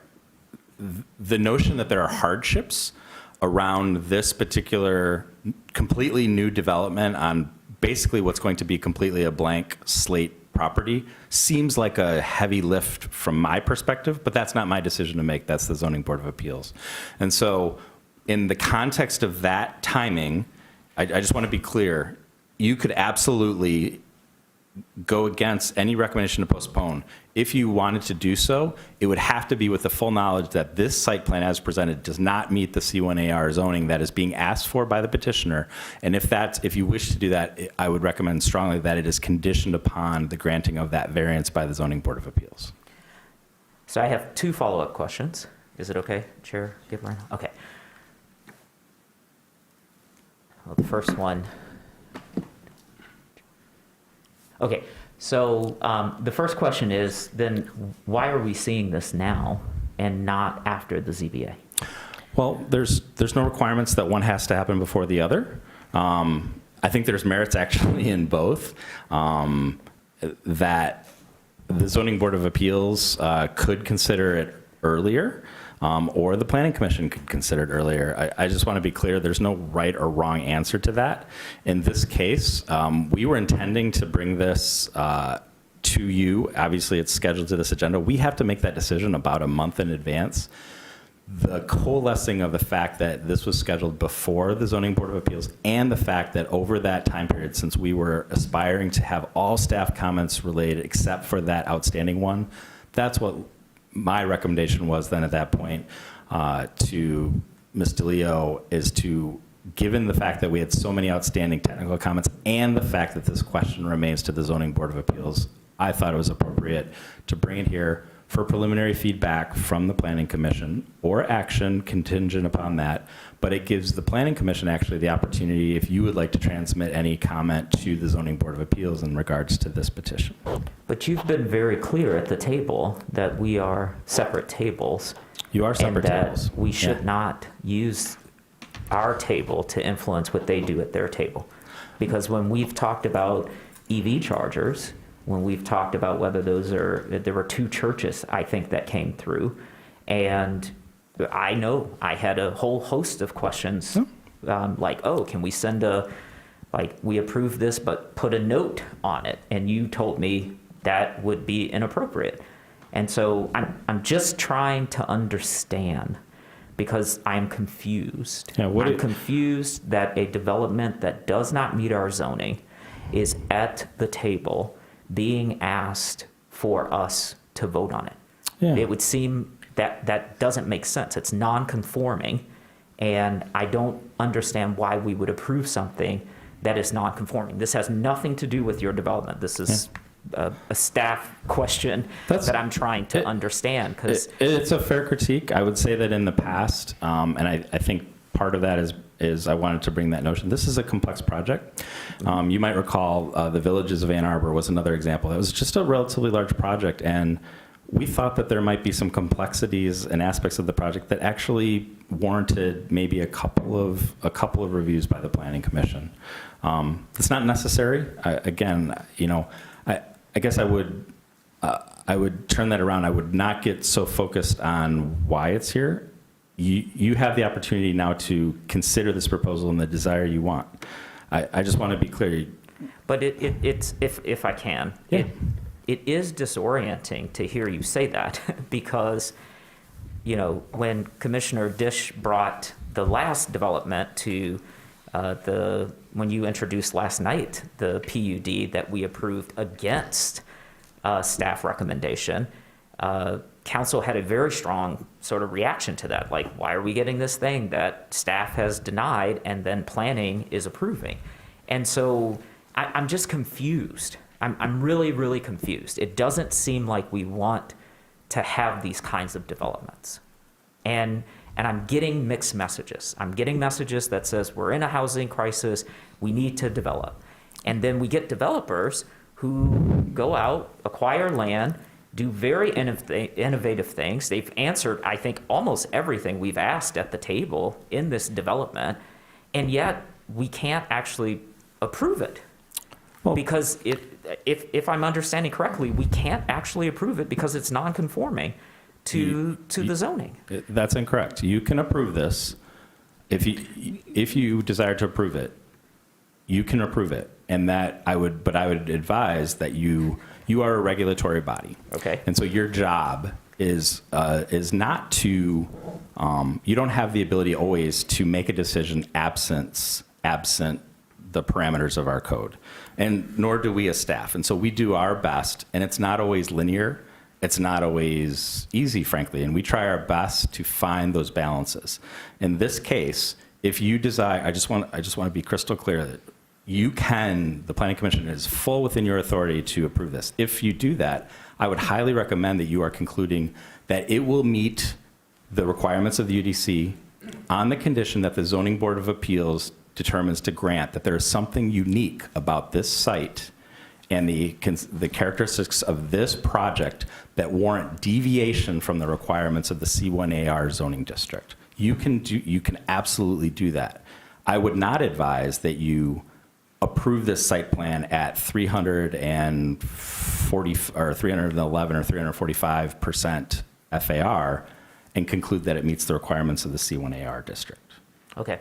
And then to the developer, if ZBA denies you, if you go back to your parking thing, are you able to do the development inside the 300% FAR? Because another question that I asked to staff when I saw this is, where does this fit within our zoning? And the only thing that would make this work at your FAR would be a D1, right? Right. Or a PUD. Because then you don't have the same kind of height restrictions and we can flex the FAR. So, and I forgot my planning book. I've been carrying my planning book today. I've been looking at everything. No, seriously, I have actually spent a lot of time on this development because I am confused. And, I can go get you one. What's that? I can go get you one. No, not the UDC. I carry the UDC in I have it annotated. I know I have all those things there. I'm talking about my citizen planners book that I got from the extension MSU, because they walk through all these things. And that's why I was pushing back, Mr. Leonard, because it sounds like we're being asked to approve a non-conforming development. And I appreciate your clarity. I'll let the developer answer my question, and then I will cede to my colleagues. So, yeah, I mean, if we do not, we have a tough choice to make. There's 24,000 square feet that also could be taken away from housing, which we definitely don't want to do, and the infeasibility of pushing the parking down and the stormwater vault down doesn't work either. Then it's either no park that's accessible or no parking, which is still somewhat needed in this area, as we've heard from other concerns. But you could build the development with no parking, and then that would be the cost, and that would get us inside the FAR. That would meet Ms. DeLeo's requirements, since you've already met the 19. I think the struggle would be making the project work for the developer Sure. as a cost. So To then have it there as might well. not be a Okay. development would be Okay. the next thing. All right, thank you. I'll cede. Is this directly related to this? Okay, and then I would like to follow with something. I have a couple things but this one is directly related to the, Yeah. why don't you go first and then I'll go ahead, because I have a litany of things, including one that directly follows on from this. Okay, so there are so many things about this project that I love. There is one thing that is really hanging me up, and that is Airbnb. Because this developer came to us several years ago and said she was doing a development for young professionals. And she has several properties around town, and they are all listed as short-term rentals, all of them. I feel a little salty about what she came up and promised us. That was legal then, but I feel like she kind of misled us, because right now, I have a hard time seeing how this could not just turn into Airbnb land, and that is exactly the opposite of what we want. Because if this becomes all Airbnb, in my mind, it's better if you leave those existing houses, which are at least affordable. And that's kind of a black and white statement. I may not totally feel that way, but there's been some history here, which a few of us have been around. And when you deviate a little bit, people remember. Frankly, I don't think I even would have thought about this if it hadn't been her coming forward, but she did. So I need some sort of assurance that this thing is not going to become short-term rental land, because that is completely antithetical to our housing issues here. So there's, again, so many things I like about this project, really, but that is really hanging me up.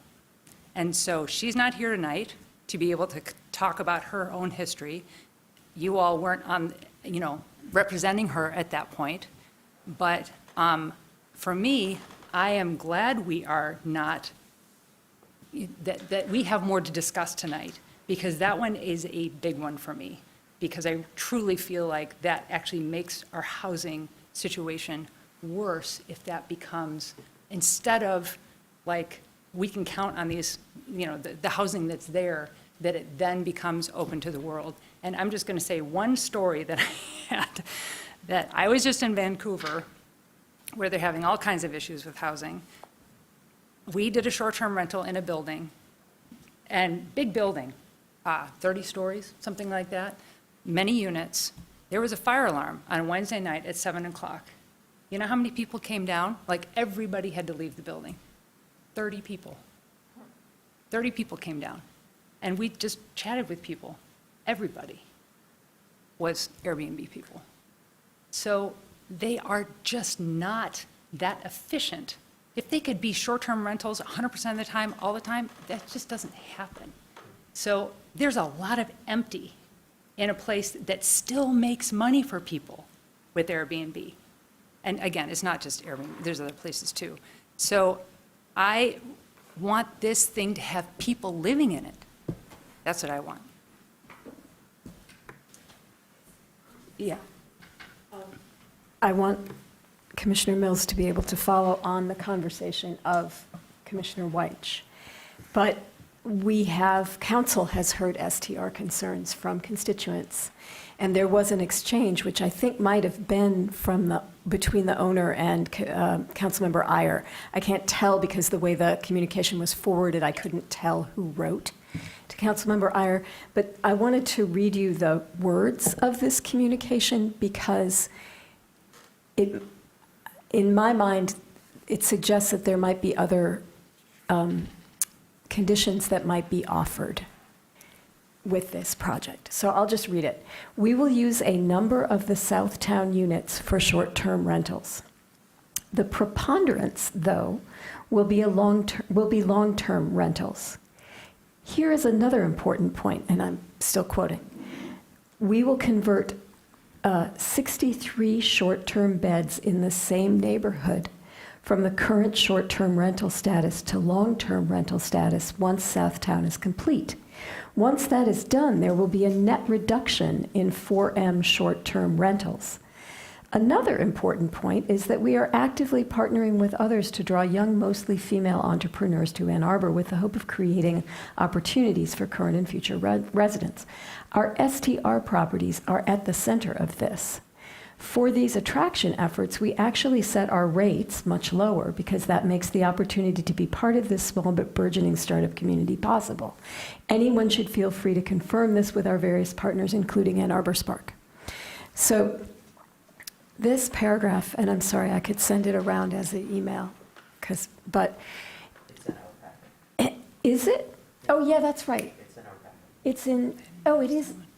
Yeah, you're right. It's in your packet. You read this or no? Anyhow, yeah, it was actually, you had to enlarge it a lot. So I actually called Ann Arbor Spark, and I asked how it was that STR properties could be at the center of a partnership to draw young female entrepreneurs to Ann Arbor. It was the person with whom I spoke couldn't explain the connection.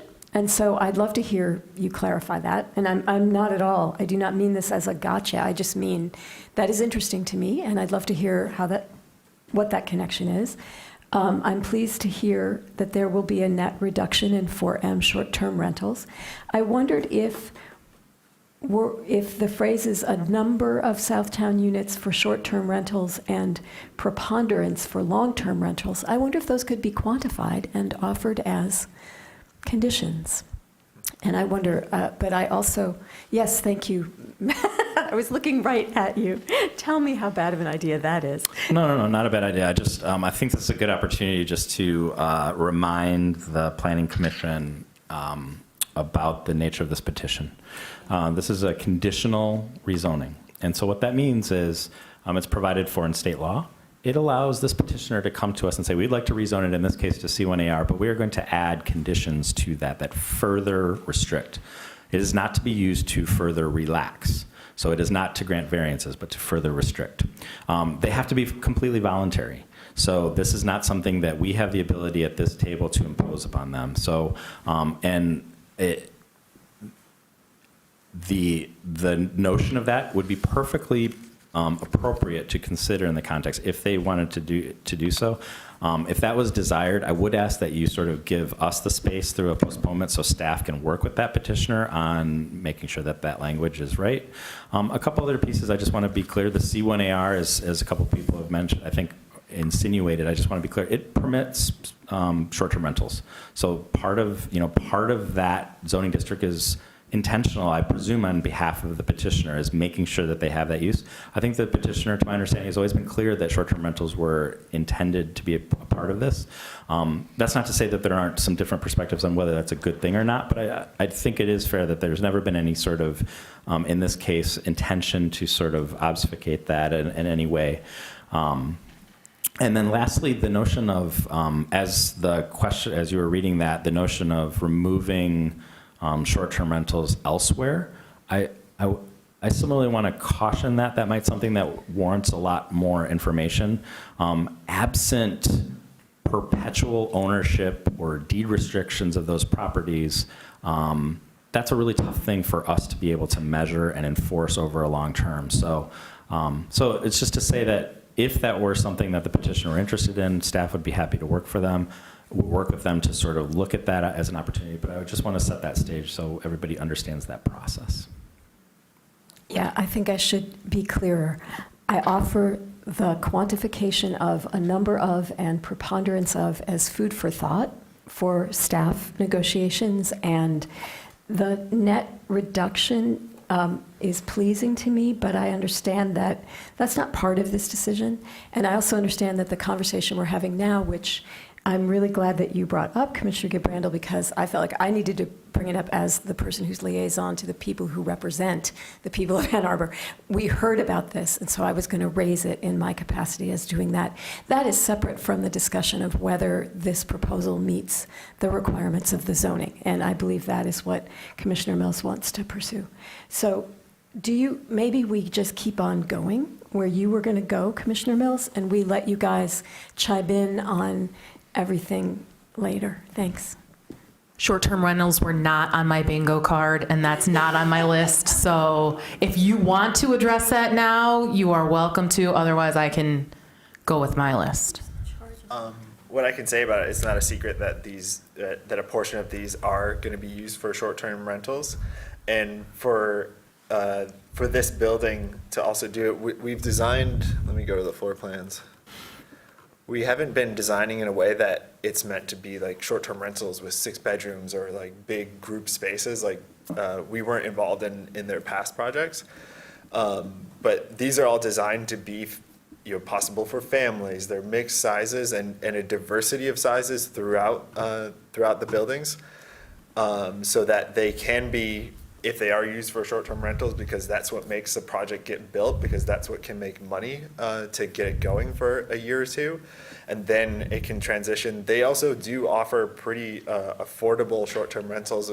We've been looking at their prices of what they have nearby, and it is really competitive or affordable for the neighborhood and surrounding Ann Arbor, that it does make it welcoming for people who can't afford a $150 a night rental. They offer ones less than $100 in their buildings, and I think that's really good for the neighborhood, and also to making it, it's represented by 2 women that own it, and STRs that are owned by women, and a business that's run by women makes it, I think, safer. Seeing someone who represents you the same way, it makes it more comfortable to go to. They know who the face of the business is. So yeah, I mean, these units are not designed with short-term rental design. They're designed to be units that can be flexible, that can change. They're not fixed to a very unique use. So that we thought about that throughout the process, that these can be used for any terms of rentals from a day to years, and most of these would be used for longer term leases. All right. So I want to ground us back to where we were left off before, and remind us all that we have 3 petitions before us. And one of them is about a recommendation to council about rezoning that was offered, that includes conditions that these folks offered, that we are not suggesting other things. And that one, if it is rezoned, stays with the land. The second petition is associated with the site plan, which, per the conversation that Commissioner Weich was having with Ms. Leo before, is the one that if we passed it tonight, if we decided to act on that part tonight, we would need to add I'm not going to call it a condition, a stipulation, effectively, which is what is drafted for us, that it is, that we are stipulating we're approving it, but only if the variance is granted. Because we can't just pass it without that comment about the subject to, without that stipulation, because it doesn't conform with our current plans. And that one, that's time limited, if my memory is serves me right. Like, that does not run with the land forever. If we pass a site plan, is that an appropriate way to have that? It expires at some point. A variance does run with the land. It means that there is something about the land that no one, regardless of applicant, can comply. They are saying that the land is so unique that they should not be allowed, they shouldn't have to count at grade floor area used for parking. The site plan, though, sorry. The variance that is not, that we have no control over. This, site plans, you can pull a permit for, site plans are valid for 3 years. There's an extension process. Okay. If someone was, if the site plan were to expire, the variance would still be there, and the next iteration could then use that variance that's on the land. And the rezoning could still be there, which is what I'm going to come back to. Rezonings run with the land as well. And then the third one is about this vacation of an alley, and alleys vacate. And that one presumably also goes forward regardless. Once we vote to vacate it, that... Yeah, once it's done, it's done. It's done. Okay. So Thank you for clarifying, Matt. And now what I want to say is, and I'm going to my other notes, just a minute. I like this plan a lot. I want it to be built, but I also know that things happen. And I want to make sure that we have our bases covered if this plan doesn't get built. And that's what I'm concerned about, and that's what I have taken as my job on Planning Commission to poke holes into, to make sure that that particularly when we're thinking about rezoning, and particularly for things that are not the norm, that we don't have unintended consequences by rezoning, thinking we're gonna get something, and that is forever the case, that runs with the land, even if the site plan doesn't pan out, that particular development. So, I think that this brings up a couple of different things. Well, actually, I'll go to my list of amusements that I found from this, like things that I hadn't thought about for a while within our UDC. But the first thing that I want to say is that I think, in the comments that we got tonight, I think what I like about this space and what a lot of people like about this space is that it manages to get us housing and sustainability together and doesn't divorce them. And my concern is that the rezoning does not keep those things married together. And so we could be rezoning this and not get something, and get something that is hooked up to natural gas, and get something that does not have any solar panels on it, and get something that does not consider geothermal, and get something that is not passive house standard, and get something that is not mass timber construction. I am very uncomfortable with that, and I cannot support that. I'll just be really clear. I can't support rezoning this in that context, because, to Commissioner Weitch's point, when you compare it to kind of what is around there, or what other districts this would be allowed in, you've got D1, which I don't think you're gonna also convince me that this is D1, or you have PUD. And the benefit of doing PUD is that those things are all stipulated and spelled out very clearly, because that's a make your own zoning district. So without those sustainability elements associated with the land, I won't be able to support this. So I already mentioned, like, PUD is what I think is your option, at least for me, in the comfort of, or something else that may tie those sustainability elements to that space, to that land. The other thing, in terms of your conditions, and this is also what I typically do with PUDs, is you made the case about the 85-foot limitation within the building code, and so my question is, why a condition of 100 feet? That was offered up. Yep. So that condition is mostly for parapets, elevator, rooms above, or stairwells that need to access the roof area per the fire code, and getting to solar panels and things like that. That's what it's for. It's giving us a little bit of leeway room for that. Okay. And again, so I imagine what some people's worst scenario is, right? Like, might be, and how what we're seeing on a site plan deviates from what would run with the land forever. So that 15 feet is not hugely impactful, but I would just suggest that your shade studies are going not for a 100-foot tall structure, it's an 85-foot tall structure. So that's something that's in my mind that I want to make aware to people. Also, the open space that's offered as a condition, what is shown on the site plan that we're seeing is about twice what is in the condition. We're seeing about 890 square feet, 91, I think, square feet per unit, and what's in the condition is 50. So I just want to point out, I mean, I don't know if that is also kind of what the rationale is there. I think it's a matter of the design. We kept adding more outdoor space, so we set a bottom limit that we didn't want to go below, but we're always just trying to go beyond that. We almost got to double, which is great. Which is awesome, yeah. Unless the site plan doesn't work, right? And which is another reason for me that it's difficult for me to approve the site plan, knowing that it's hinging on some other body beyond us, just to be real clear, because if that site plan doesn't work, then, and we do the rezoning at the same time, again, that's locked in forever. So those are just a couple of things that were in it.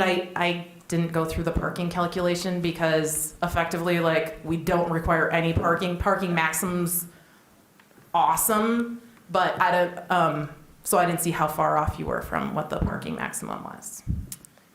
Can I have for one explanation for the You may. sustainability components that I wouldn't say are added in, that they're just designed holistically into it, and that actually this project, for the funding for this project, it helps it if it has more sustainability into it, more geothermal, more insulation, better windows. All of these things are actually helping to make the project work financially, which is a new model for us as the architects working on it, but it's a really good one for how everything is in it. It's not just tack on things, that it's all working together, and it can't work without each other. So every component in it just has to be there to make the building work, and it makes the financing work for this particular project, which is great. That's awesome. That is such good news for kind of what is going forward. And I don't know if I don't have the expertise to check every single one of those things. There's so many sustainability elements in this, and I think that some people have their like favorite one, right? And so this is where, among the reasons why, some way that ensures that somebody's favorite thing happens, even if this N-shaped, building that we're seeing, I don't know. That's not an N. Anyway, if this one doesn't come to fruition, like, what happens? What is the possibility? Because our rezoning of this is not conditional. Our rezoning of this is for forever until somebody else petitions us to rezone it. So that's what I'm thinking of. So that's specific to this. The things that I thought were interesting from this project that I hadn't thought about for a while is, first of all, that premiums are viable in some C districts, and I had to look that up because we've been talking about that, but only in D districts, and this is the only premium that is possible. And in order to do that premium, they have to have some minimal sustainability, like we have that to unlock the door. They're going way beyond that, but I didn't know that, or I knew it, but I never thought of it.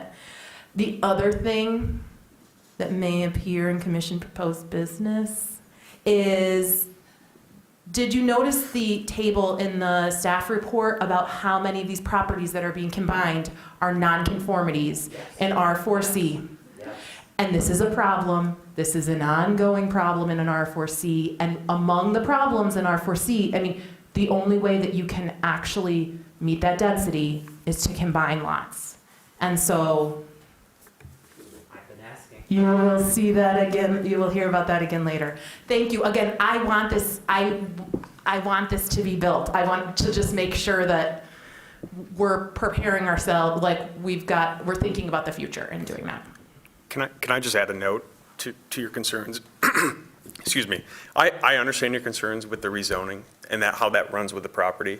And then if for some reason this site plan actually fails to come to fruition, whatever site plan then in the future still has to come in front of the planning commission, right? So you still have room to voice those concerns of sustainability if, and I find that very doubtful, if the site plan is not to move forward and the rezoning does. And I would just say yes and no, because this is the real opportunity to lock that in. There are limitations on what we can ask for when it would be by right at that point. Is my understanding. And so, and at that point too, if we just took on the zoning tonight, council still approves the rezoning, But the site plans then are ours entirely. So there's no more going before city council. And so, it's the rezoning that's, I believe, in the current context, our primary thing. But you should correct me, staff, if I'm speaking amiss. Because it's past my bedtime. Me too. Yes, now some sort of plan must accompany a rezoning, but it is procedurally possible to do a rezoning with just a area plan, conceptual plan, and then the site would be rezoned. And then the follow-up site plan for a redevelopment would then be considered by right. It would be considered by right, and our current procedures have site plans that do not associated with a legislative decision like a rezoning to be approved by the Planning Commission. Yeah, but to be clear, this one, because it's associated with the legislative action, this site plan would progress to the city council with this rezoning. But you're right, if it were rezoned successfully all the way through that process, then any project that met the C1AR requirements, which as you indicated, do not include a lot of the attributes of this project that are appealing to you. I want to be clear, you can always ask, but that subsequent petitioner can also say, no, thank you. So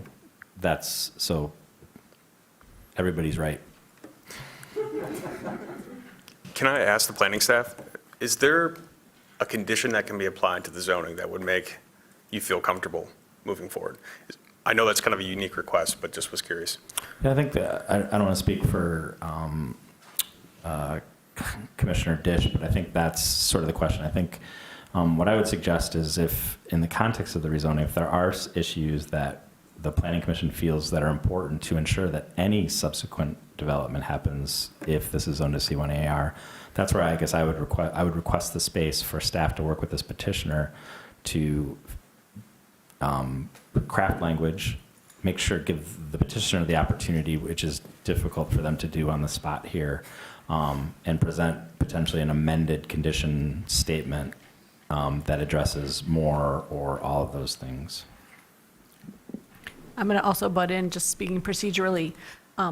We have had conditional rezonings that a condition is that the proposed site plan is what is the permitted development.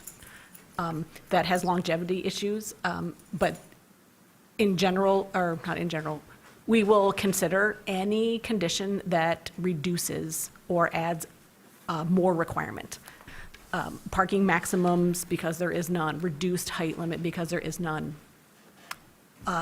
prohibiting a gas connection, prohibiting a certain use. But we would not consider any condition that allowed more. Yeah, Commissioner Abrams. Just a clarification question. Can we put in a condition that's something we don't actually regulate in the UDC? You cannot put in a condition. Sorry. Can the petitioner include a condition that's something that is not already part of our UDC? I might have to double check with our attorney's office, but if it's voluntarily offered and if it's enforceable, I think it may be acceptable. Brett gave a thumbs up to that enforceable thing. Because so many of the things that you're listing, Commissioner Mills, are not things we currently regulate in the UDC. Okay. Yeah, like Thanks. I think that maybe as an example, if the condition is the building must be white, I think that could be, but color is not mass regulated. timber with geothermal and Right. no gas hookup and Yes, solar panels I think in a that, roof garden. that's not in our UDC, but Right. it's enforceable. Okay. Thanks. It's enforceable, but behavior is Right. is hard to enforce. Okay, thanks. Commissioner Dish. So I just want to ask, is this a way, this isn't technically correct, but do voluntary conditions offered by the petitioner offer us the same kind of security that supplementary regulations in a PUD do? I believe, yes. They get documented in a conditional zoning statement of conditions, which is the worst title ever. And that is,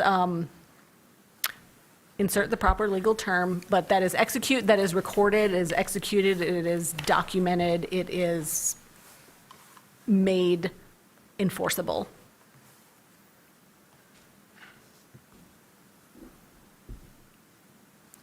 Anybody else? Oh, I have a lot, but. Well, maybe from folks that we haven't heard from before we move on to seconds? Commissioner Lee, anything? Sure. Yeah. I'd like to say just generally, I think this is an excellent project. Really impressed by what I've seen. The question I had specifically was on John Madrigal, the project engineer's comment about the proposed zoning not being appropriate for existing utility infrastructure. That was in the overall package. It said that there was a 2025 water main that had to be basically upgraded in the CIP. So could I just get some clarifications on that particular? Everything else looked to be fine. The fire marshal signed off, and I just kind of looked at everything else. It was only this particular division on the engineering.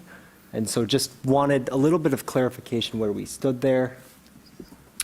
The existing water main on Stimson and State Street is properly sized for this density development. The water mains in Henry and White are undersized. They are sized for R4C, but they are undersized for C1A/R. I think that in the evolution of the reviews and the documentation that was documented, that was noted, the project team has agreed, is included to, elected to not wait until the year 2025 when the city will be upsizing. They are going to upsize as part of their project. And I think that once that next review from engineering is completed, the documentation will catch up. That is how that comment will be resolved. Got it. Understood. Thank you. Thanks for the clarification. Just refreshing myself on the UDC on what constitutes rezoning. So for the purpose of establishing and maintaining sound, stable, desirable development within the territorial limits of the city.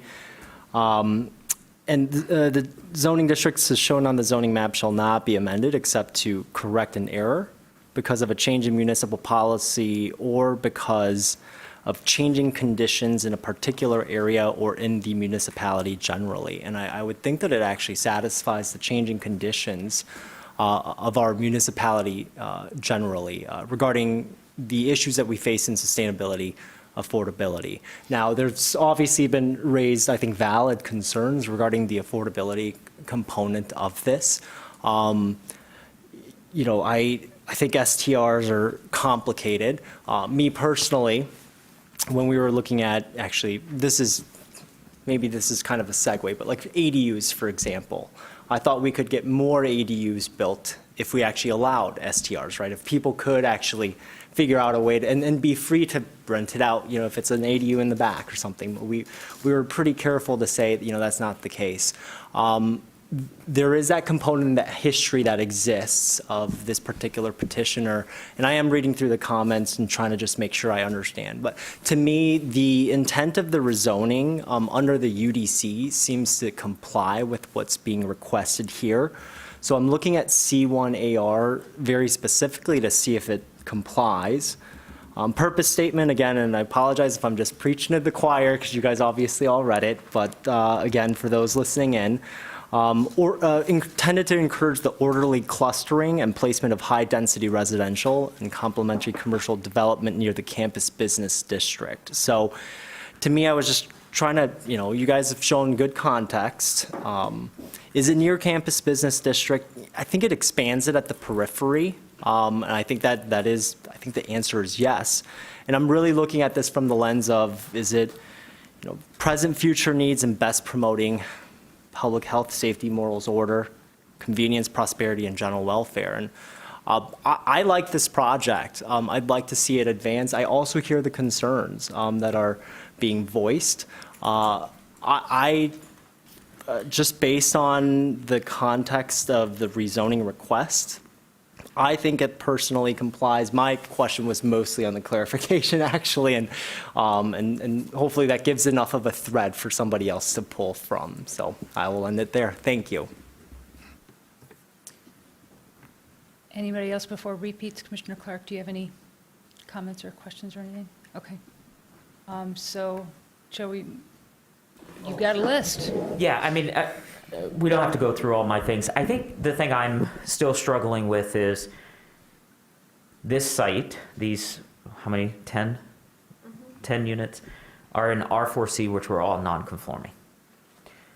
We don't like, well, I don't like R4C. I've been trying to figure out how we can move R4C to D1 or D2 as a sort of a citywide approach.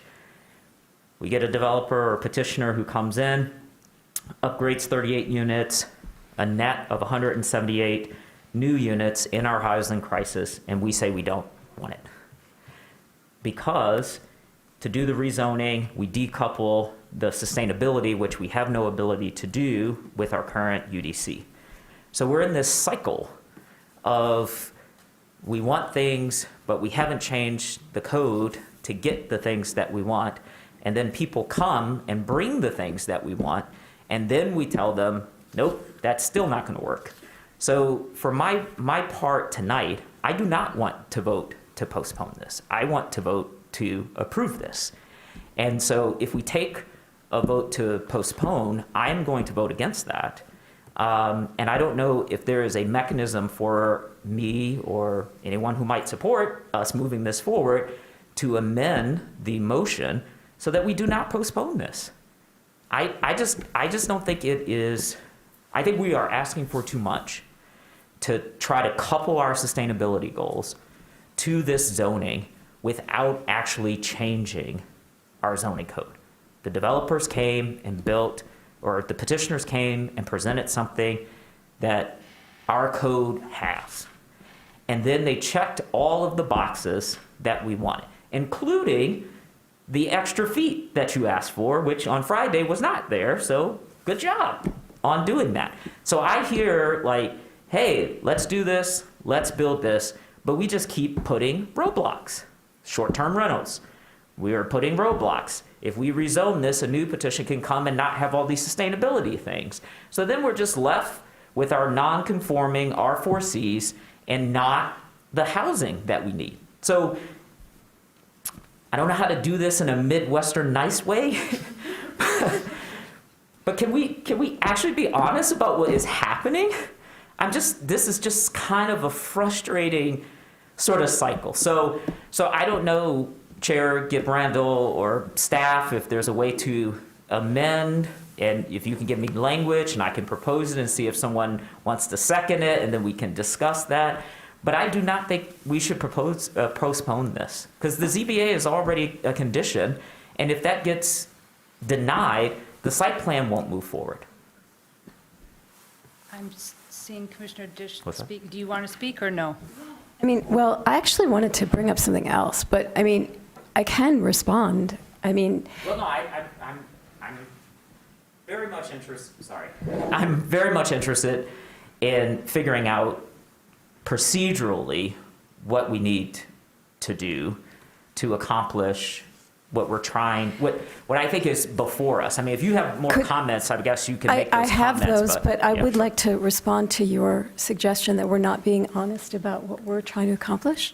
Oh, okay. I have been, I've had a lot of conversations about what happens at the table, and I've heard from many, many different people in the city that it is not preferable for us to negotiate with a developer at the table. And what I heard was a postponement would be, what I heard was the ZBA, the conditional upon the ZBA variance being granted is not a part of the proposal right now. So we would have to add that if we didn't want to postpone.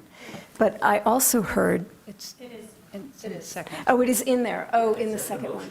Okay, all right. Wait. So the second motion is subject to the Subject to- variance, but subject also to, a yeah. correction is that right now, there's no motion to postpone. We have moved the full 3 motions. Oh, I'm So to sorry. be clear to you, if you, So we can just vote it. so we can just vote it. There's nothing changed. If we want to postpone it, somebody needs to. Oh, motion to postpone. Well, Sorry. I want to make that motion. So, okay, but in any case, what I am hearing is that we've heard a lot of ideas for what else the petitioner might offer us to ensure that we can have sustainability and housing. And that those things should have further conversations, and that nobody should be asked to decide on the spot, because these need to be offered. It isn't our place to impose them. And but the thing that I wanted to ask, which we haven't talked about, is the sentence, and I want to ask this of staff. It's the sentence in the report, which is highlighted in yellow on page 5 of 25, my notes. The project increases the development of the block about 3 times over what is currently allowed. While staff feel these increases are acceptable in order to meet the goals of the comprehensive plan, exceeding them is not. Staff recommends approval provided without variance. And I just wanted to ask, is there any way to get to 311 FAR, which is the maximum allowable plus the pedestrian premium? Do you have any other ways other than build this building without parking, build this building without a park? Is there another way? Staff. I think it doesn't matter where the about 24,000 square feet come from in terms of compliance. It can come from the top floor, it can come from a middle floor, it can come from the parking area, the building could be maybe narrowed a foot or all around, whatever the numbers work out. But there's probably a great number of ways to reduce the building by a total of about 24,000 square feet.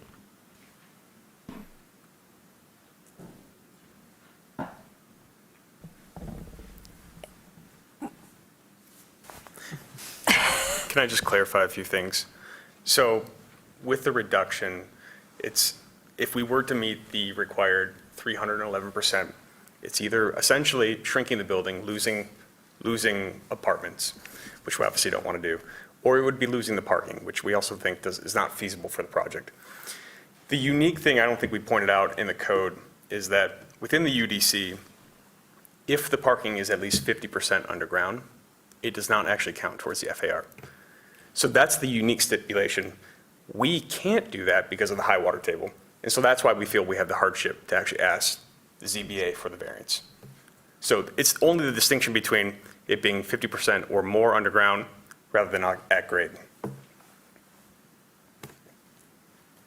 But does that get you, if that comes completely out of the equation, it's still not under 300% though, right? It is under 300%. With the premiums, we then meet the FAR requirements. Okay, I get it.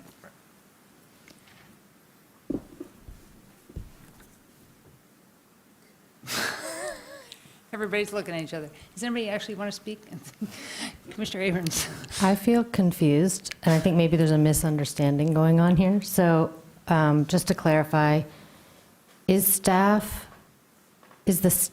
staff position that the project as presented to us this evening does or does not meet C1AR? It's currently within the 300% with the 8,000 premium. Right now, it's 24,000 square feet too big. Sorry, assuming if it gets the variance. If it gets the variance, Then it will then meet- the variance effectively changes the standard. Right, but if we were to approve it tonight, it would always be with the stipulation that the variance must be approved. Right.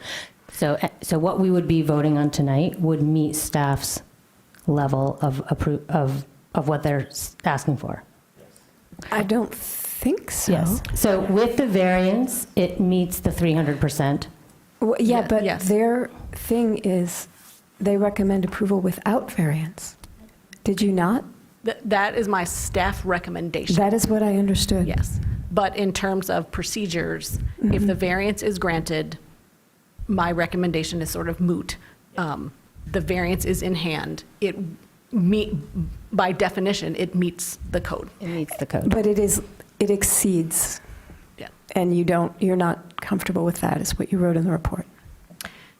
Yeah, my staff position is more on principle and more philosophical. I will draw that line in the sand for a discretionary approval as meet the standards but don't exceed, and you will have my support. And that is, I agree with all of the statements at the table, but for consistency in applying the code, for treating everyone uniformly, if someone says, I would like to rezone, I'm considering rezoning to this site, and say, great, and also propose a site plan that meets those standards, whatever the district would be. And with a discretionary decision such as rezoning, the standards are, does it meet the goals of the comprehensive plan? That's somewhat subjective, that is discretionary. And so at some point, you need to draw a line in the sand. When does it meet? When does it not meet? When is it too big? When is it too small? When does it further our goals? When does it impede our goals? And my principle is meeting the standards as written. Now, there's procedures and there's the zoning, you can get a variance, and the variance, that's what a variance does. It changes the standard for this particular site. And that's an entirely separate body. They have their own findings, they have their own approval criteria. I can make a recommendation to them too, and they don't have to follow it either. I mean, I am only providing a recommendation. The Planning Commission in this case, they are a recommending body to the City Council.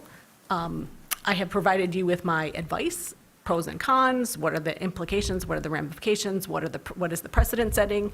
But in the end, it is your determination for the rezoning. Does it meet the goals of the master plan? Have the conditions changed in the city?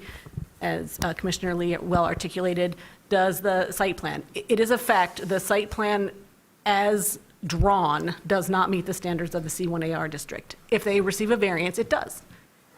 What is your opinion about the site plan?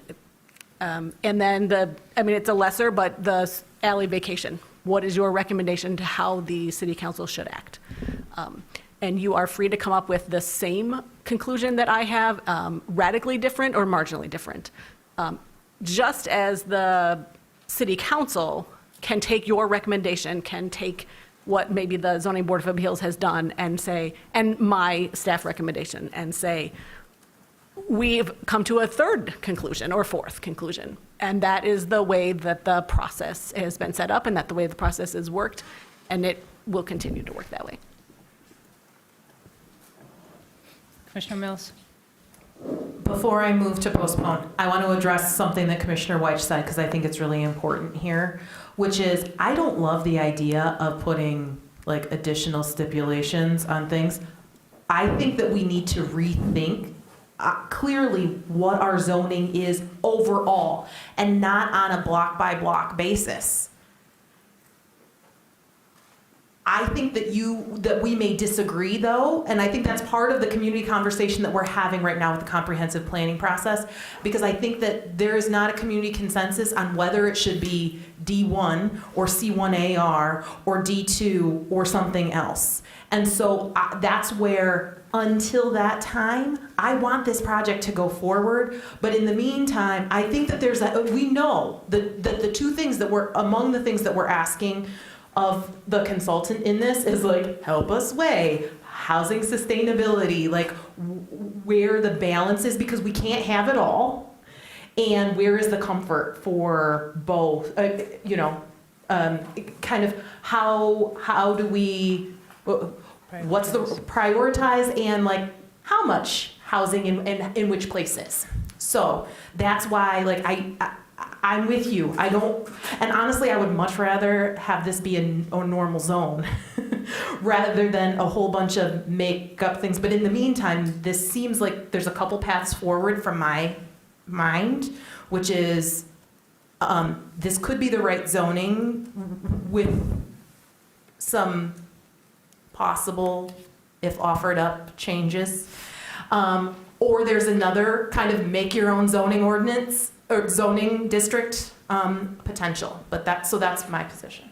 Now I am going to move to we will have conversation about the postponement if that's but you can talk before I move to postpone. Well, I wanted to ask you specifically a question, or it's to everybody, I guess, but you might be well suited to respond to it, which is that in deliberating over a desire to see a PUD or a C1AR rezoning with conditions, or it just staying R4C. I guess on the one hand, I'm wondering about the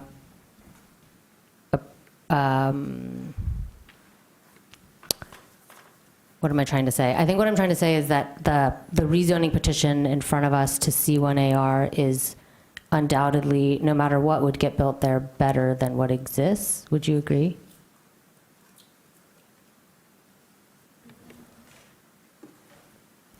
I think what I'm struggling with is it's not like we actually get a menu and we get to order from it. So we can kind of, so like here's an amazing project.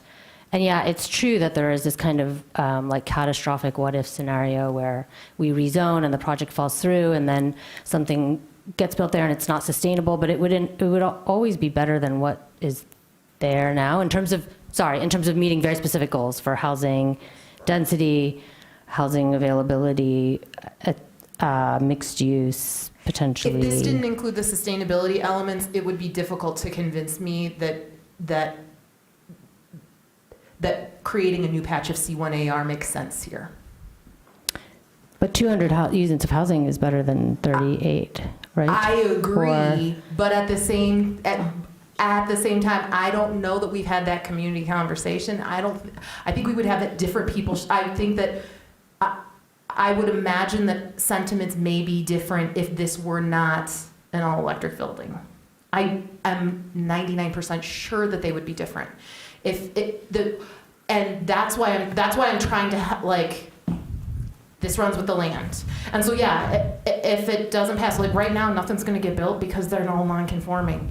And if it's rezoned, honestly, nothing will get built if they can't conform to that. Except you could have a building that comes in, and would it be better? I kind of need to run the, I don't know. Because also there's so many other elements that could possibly be part of that. I think I don't know. I'm happy with, I'm not pushing, just to be clear, I'm not pushing this towards a PUD. Okay. If that's like what's in your head, if this is, if we know that if it's tied to this site plan, I have a lot more comfort, to be honest. But that's not what was before us tonight. It's not necessarily tied to this site plan. And so, yeah, I think that there's a lot of benefits in this. I think that this is moving us in the right direction, but I also think it is in the context of an overall change in our place, and doing this on a case-by-case basis just seems like instead we should be rezoning whole swaths, and that's what makes me feel a little bit uncomfortable. Especially rezoning with these conditions towards something that I'm not sure would be the zoning that if we were to rezone that entire neighborhood would be the right zoning. Like, we haven't had that conversation at all. So I don't disagree. I think what I'm struggling with is that here comes a project that is, by all accounts and by everybody's, what they've shared this evening, like an incredible project, and one that kind of checks all the things that we are always asking for in the kinds of development here, and yet we're gonna kind of hold firm on this one. It's hard. It's just like, it just feels like we kind of move the, what is that? Yeah, we move the goalposts in a way, and there are projects that come before, and I guess we have that discretion because it requires the rezoning, and that is this moment when we can do that. But this project in a way like already meets all of the things we would typically ask for at this pivotal moment when we can ask for things. And in some ways, I feel like, well, what's going to put this project at risk? It might be something like perpetual postponement. So I think this is, as I said, I think last time I was in the last meeting, for me, this is always about trade-offs. Nothing is always very straightforward. And so I'm trying to weigh the risk to the project and the message that we send by making development here so difficult and postponing against, the risk we take in approving the rezoning and having this project not come to fruition and what might happen there in its place. So I think that's just where my thinking is, just to be transparent. But I think at this moment, I would not be in favor of postponement. Commissioner Lee, did you have a...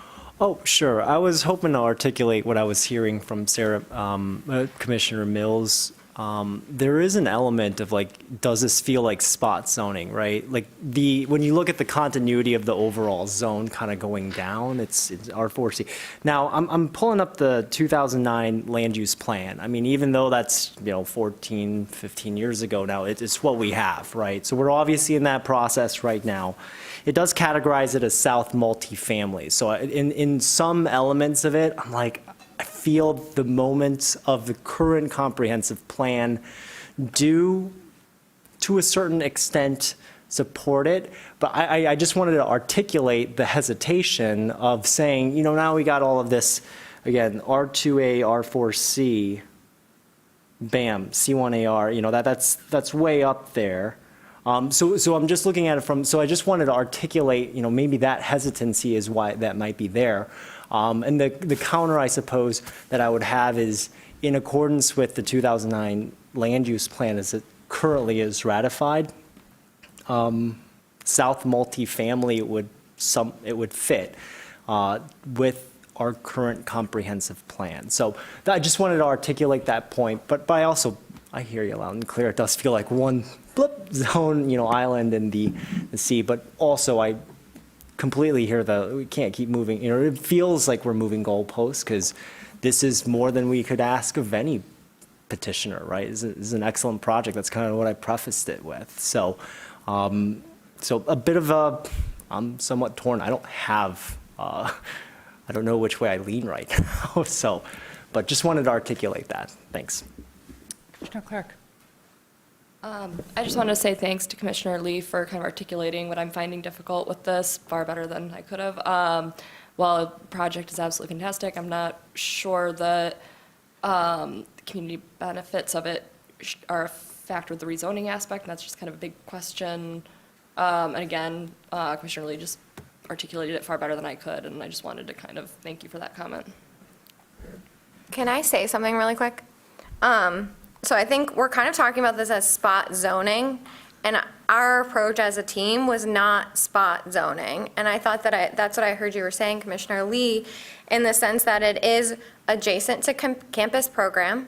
The comprehensive plan is asking for increased residential, and it's a mixed-use site, kind of what Commissioner Abrams was saying. So we didn't do TC1 for several reasons. The building massing would have been taller.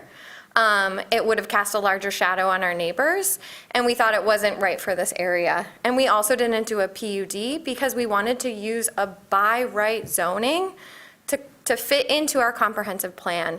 So we did look at other zone types, but it does seem a little bit like we're kind of talking about these conditions onto a by right zoning that don't necessarily apply to the UDC.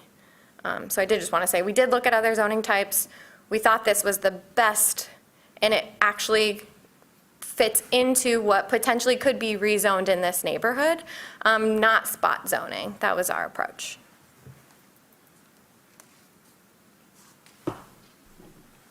Any other comments?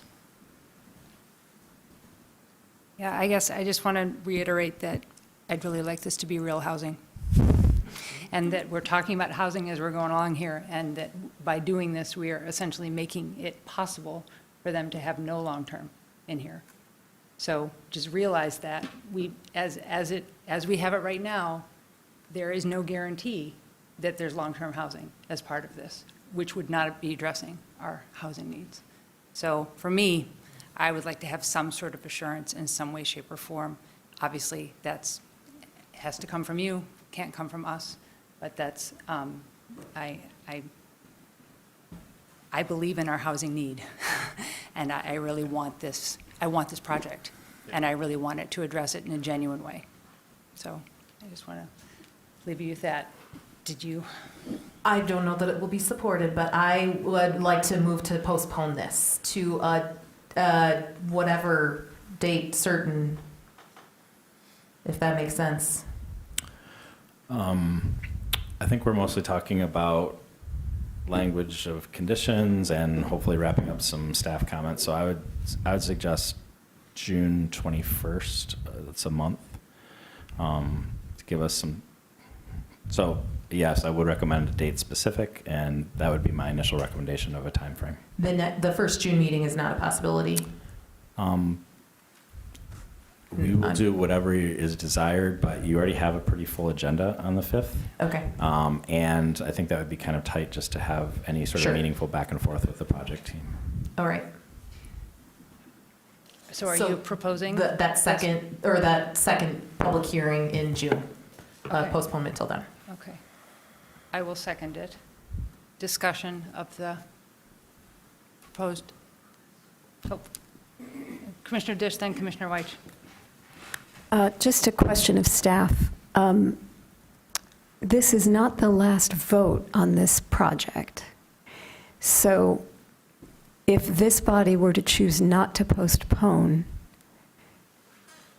informed by the discussion that has happened this evening, could staff continue these conversations with the developer so that it would come to City Council reflecting some of what has been learned this evening, and what might staff's preference be?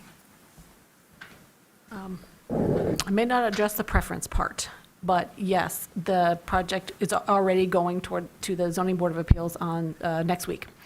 And whether or not it's postponed, I think in about a month, say 4 weeks' time, we will have wrapped up all of the outstanding departmental comments.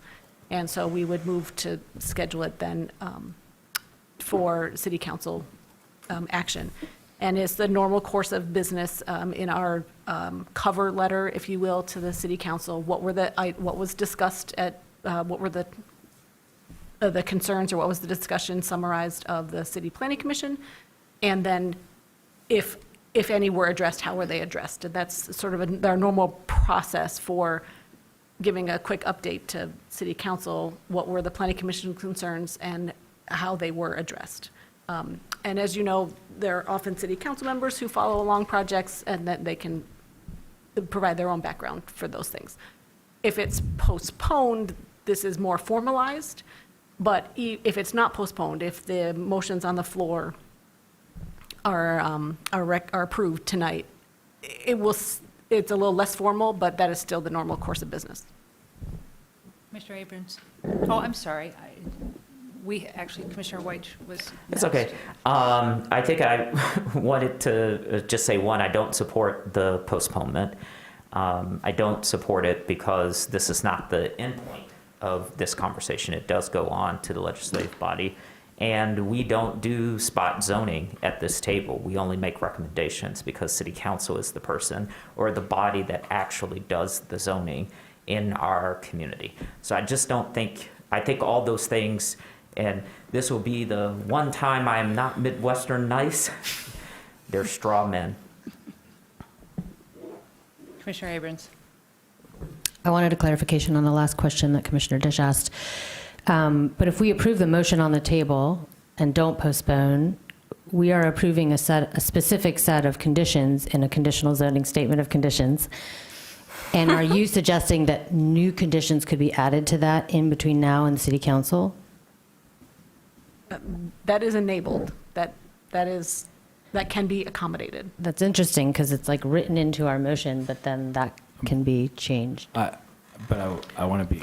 The City Council gets their own motion. Yeah, that could happen, but I would urge the Planning Commission to take the action that you feel. If Yeah. you feel that those are necessary, those should be in the body that the city council is asking for your advice. If they're not necessary, pass it as it is.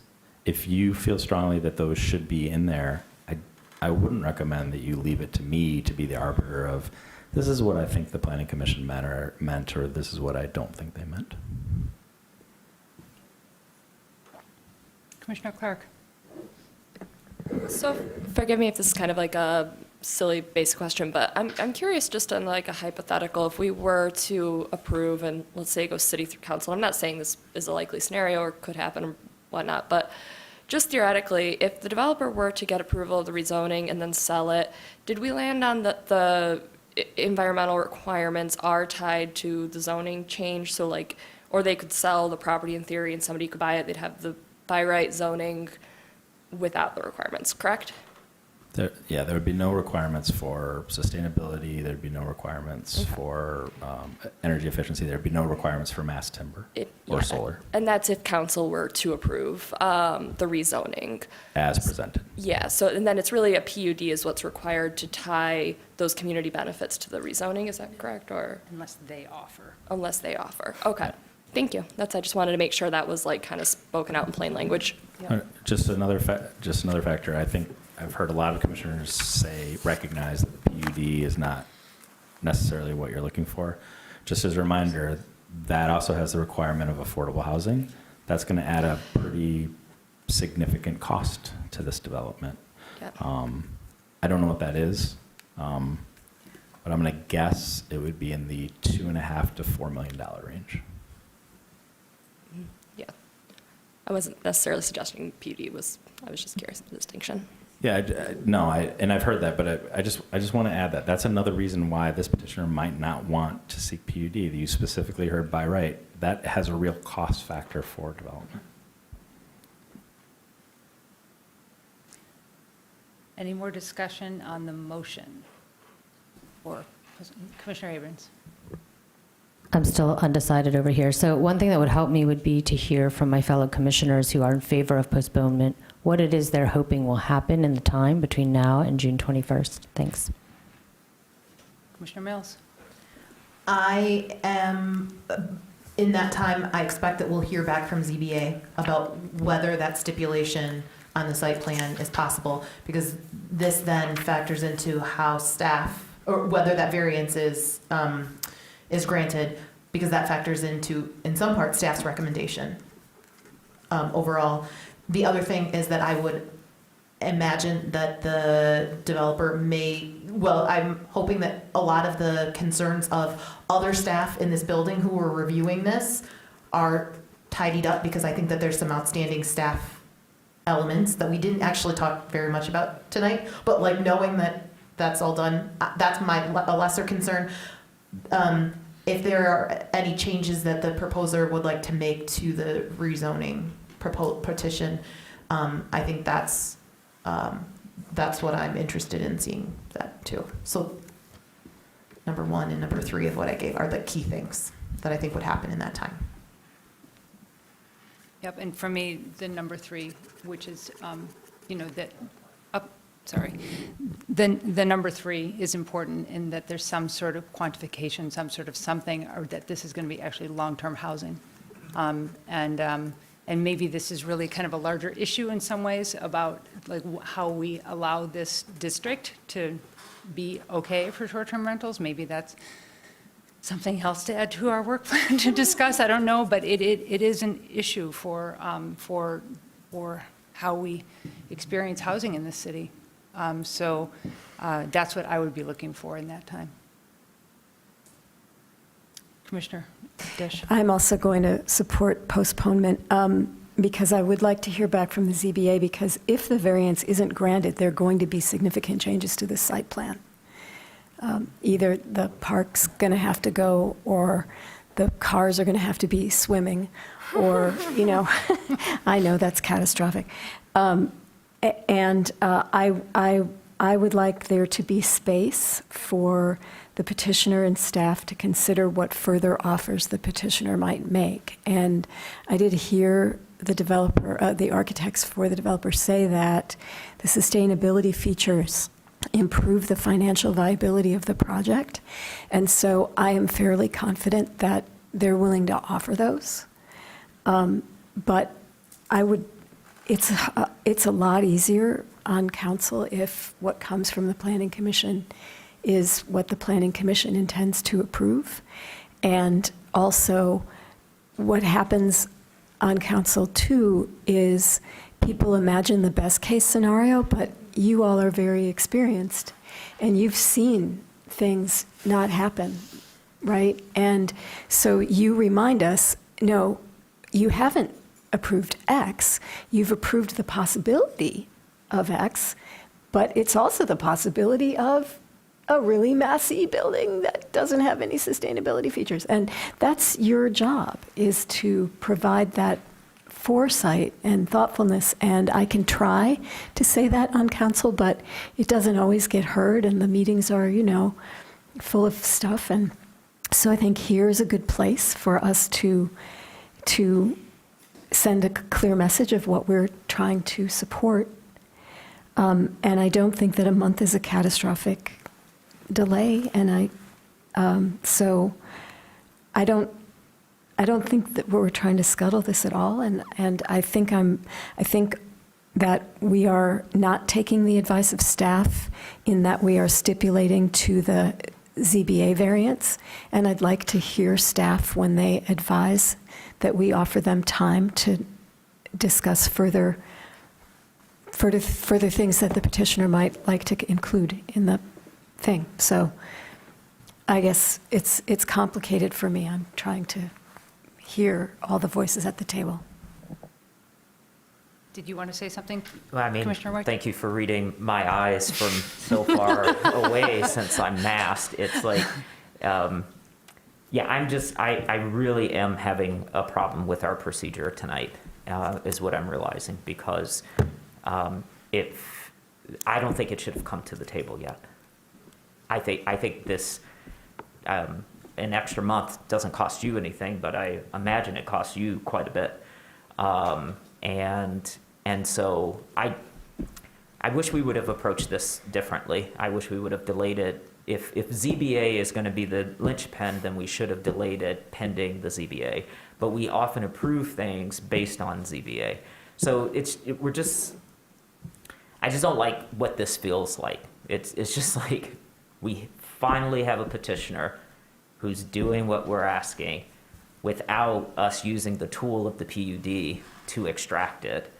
And this process it seems fraught with so many moving parts that it can be hard to figure out what to expect and to plan here, especially on something we want.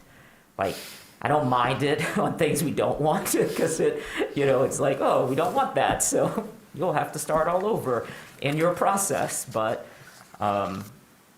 yeah, I wish this would have come. If the ZBA is going to be this conditional piece, because that hits the issue of the FAR, since the two things were the 19 feet setback and the FAR. We got the 19 feet setback again. Thank you. But the FAR we can't get because they have to go through this process because of the water table. And so it just feels like an unnecessary delay to postpone it and then bring it back and then send it forward. Were you all planning to break ground this year if the approvals were in place? It would not be this year, no. Okay, so just because so of you how weren't many other planning to do steps that. we have to go through, and we've already been going through Delay. months of delays. So every month is another. Right, yeah, like you had to actually wait for 3 DTE, months. It's not right, really a to get month. It's your more like upgrade. a 3-month delay. Yeah. That pushes everything else back because you got to get to the next schedule and the next schedule. So it does impact everything quite considerably, especially if we're planning to do things like geothermal, which need to happen earlier. We need to get into the ground earlier than the building foundations do, stuff like that. Can I ask for a clarification too, Yeah, maybe from Brett and Alexis? So if we were to get tabled at this meeting, would it be the intent that we would actually go before ZBA before then we meet back before Plan Commission? Because my understanding was that typically we like to do that we first go to Planning Commission, receive a conditional approval, and then go to ZBA. The public hearing has been advertised. You are going to the ZBA on May 24th. Okay. The order of operations is not established or required by code. The norm is Planning Commission, ZBA, City Council, but the only required order of operations is City Council last. Got it. Just wanted clarification. So are we ready for a vote on postponement? Oh, Commissioner Lee. I just did want to point out that it is a fact that there's a tremendous carrying cost to holding land, and you know, paying for consultants, civil, architecture. So, and I certainly want to make sure that petitioners feel that we're in this together, right? We're all trying to effectuate this together. And so again, I do feel torn because I think the core issue, I hear Commissioner Weiss loud and clear, and I think we need to, you know, with the urgency of the climate that we have, we should be trying to effectuate this quickly, and that we should be working together towards this. And I think the challenge is just simply that once a rezoning occurs, once you move forward, that we have to make sure that that is the correct zone, and there's a little bit of hesitation, and that hesitation almost merits, and that's the trade-off and the balance that I'm struggling to make right now, because I don't want you to feel like it's this table against the petitioners, right? Because again, I want people to recognize. I mean, I was just doing some back of the napkin cost. I mean, it's easily going into $20,000, $30,000 in additional costs just in mortgage interest alone, right? So when you're looking at the holding costs, it's significant, and so I would like for us to also act with urgency. The fact that the ZBA is May 24th, that it could hopefully align. I mean, that makes me want to say, I don't care if we have a long agenda June 6th. I'd like to hear it June 6th. I'd like to try and balance to the certain and be respectful of the fact that there are tremendous carrying costs. And they have come to the table with really an excellent project, and that's what I led with. I also feel that there are valid concerns about the longevity and the permanence of this rezoning while we have an antiquated 2009 land use plan, and for us to assume what the new comprehensive plan will impute. And that's not to say, you know, actually, as I'm looking at the context, there are kind of a lot of just dots when you kind of go up, you know, South Industrial, you know, it's throughout. So is this the right zone? That's ultimately what we're tasked here with. Is the nature of short-term rentals appropriate for this area? That is the question that we're trying to grapple with. And I think that, and if we aren't, you know, if we're not 100% sure, I also want to make sure and recognize that we are trying to do this together with you. If this gets postponed, then I absolutely 100% want to make sure this gets on as soon as possible and not have to continue to wait. And so just trying to voice that, you know, level of urgency. And we should be tackling this with our petitioners, not saying, yeah, we, you know, maybe in a little bit, so. Commissioner Mills. This is a question for staff, and then I want to ask petitioners probably something. How many votes does it take for the amendment to pass? To amend a motion? To amend the motion. It'd be the majority of votes. But it would take, so the majority could modify a motion, but it takes 6 votes to affirmatively pass on a recommendation to the city council.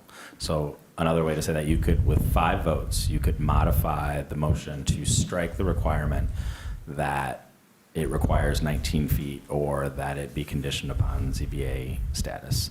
But you would need 6 votes. If that 5 votes was the final vote on that motion as modified, that would be a denial. A technical denial, even though. It would be a denial. It would be a denial.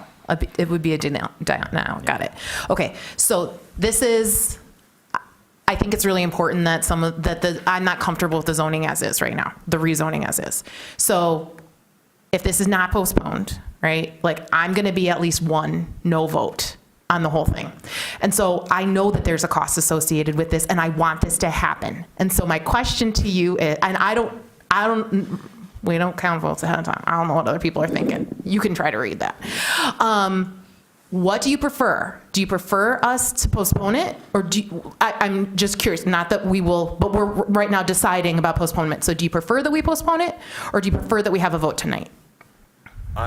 So I would prefer that we vote to approve it with the condition that the ZBA also has their say on it as well with that one variance. So the conditions, that you're also asking for sustainability on that site plan or on the rezoning, I think it's important to note that having more housing on that site already does contribute to a better sustainable environment, because less people are traveling further distances, more people live in a denser area. So any building of any type that already checks the one sustainability box. I want clarification, I guess, on conditions to adjust it, where I heard that the conditions are to reduce something and not to add. So we've already, we've come to the table with a lot of adds on the project that we're aiming to do, and we've tied deep into the project so that they don't go away. And then we've reduced, we don't have gas going to the site. We have none of that. And so other factors, I guess, could you clarify what you mean by conditions to reduce? Yeah, and that's the requirement, I think, for what kind of conditions can be added. From my perspective, I'll let staff explain that more clearly. If what is built here, if what ultimately gets built on this site is what we're seeing in the site plan, I'm happy as a clam. Yeah. Awesome. And so, but because there are two different actions, there's three different actions, but really the two actions, and that they appear to be tied together, but they're not actually tied together right now. That's the concern that I have.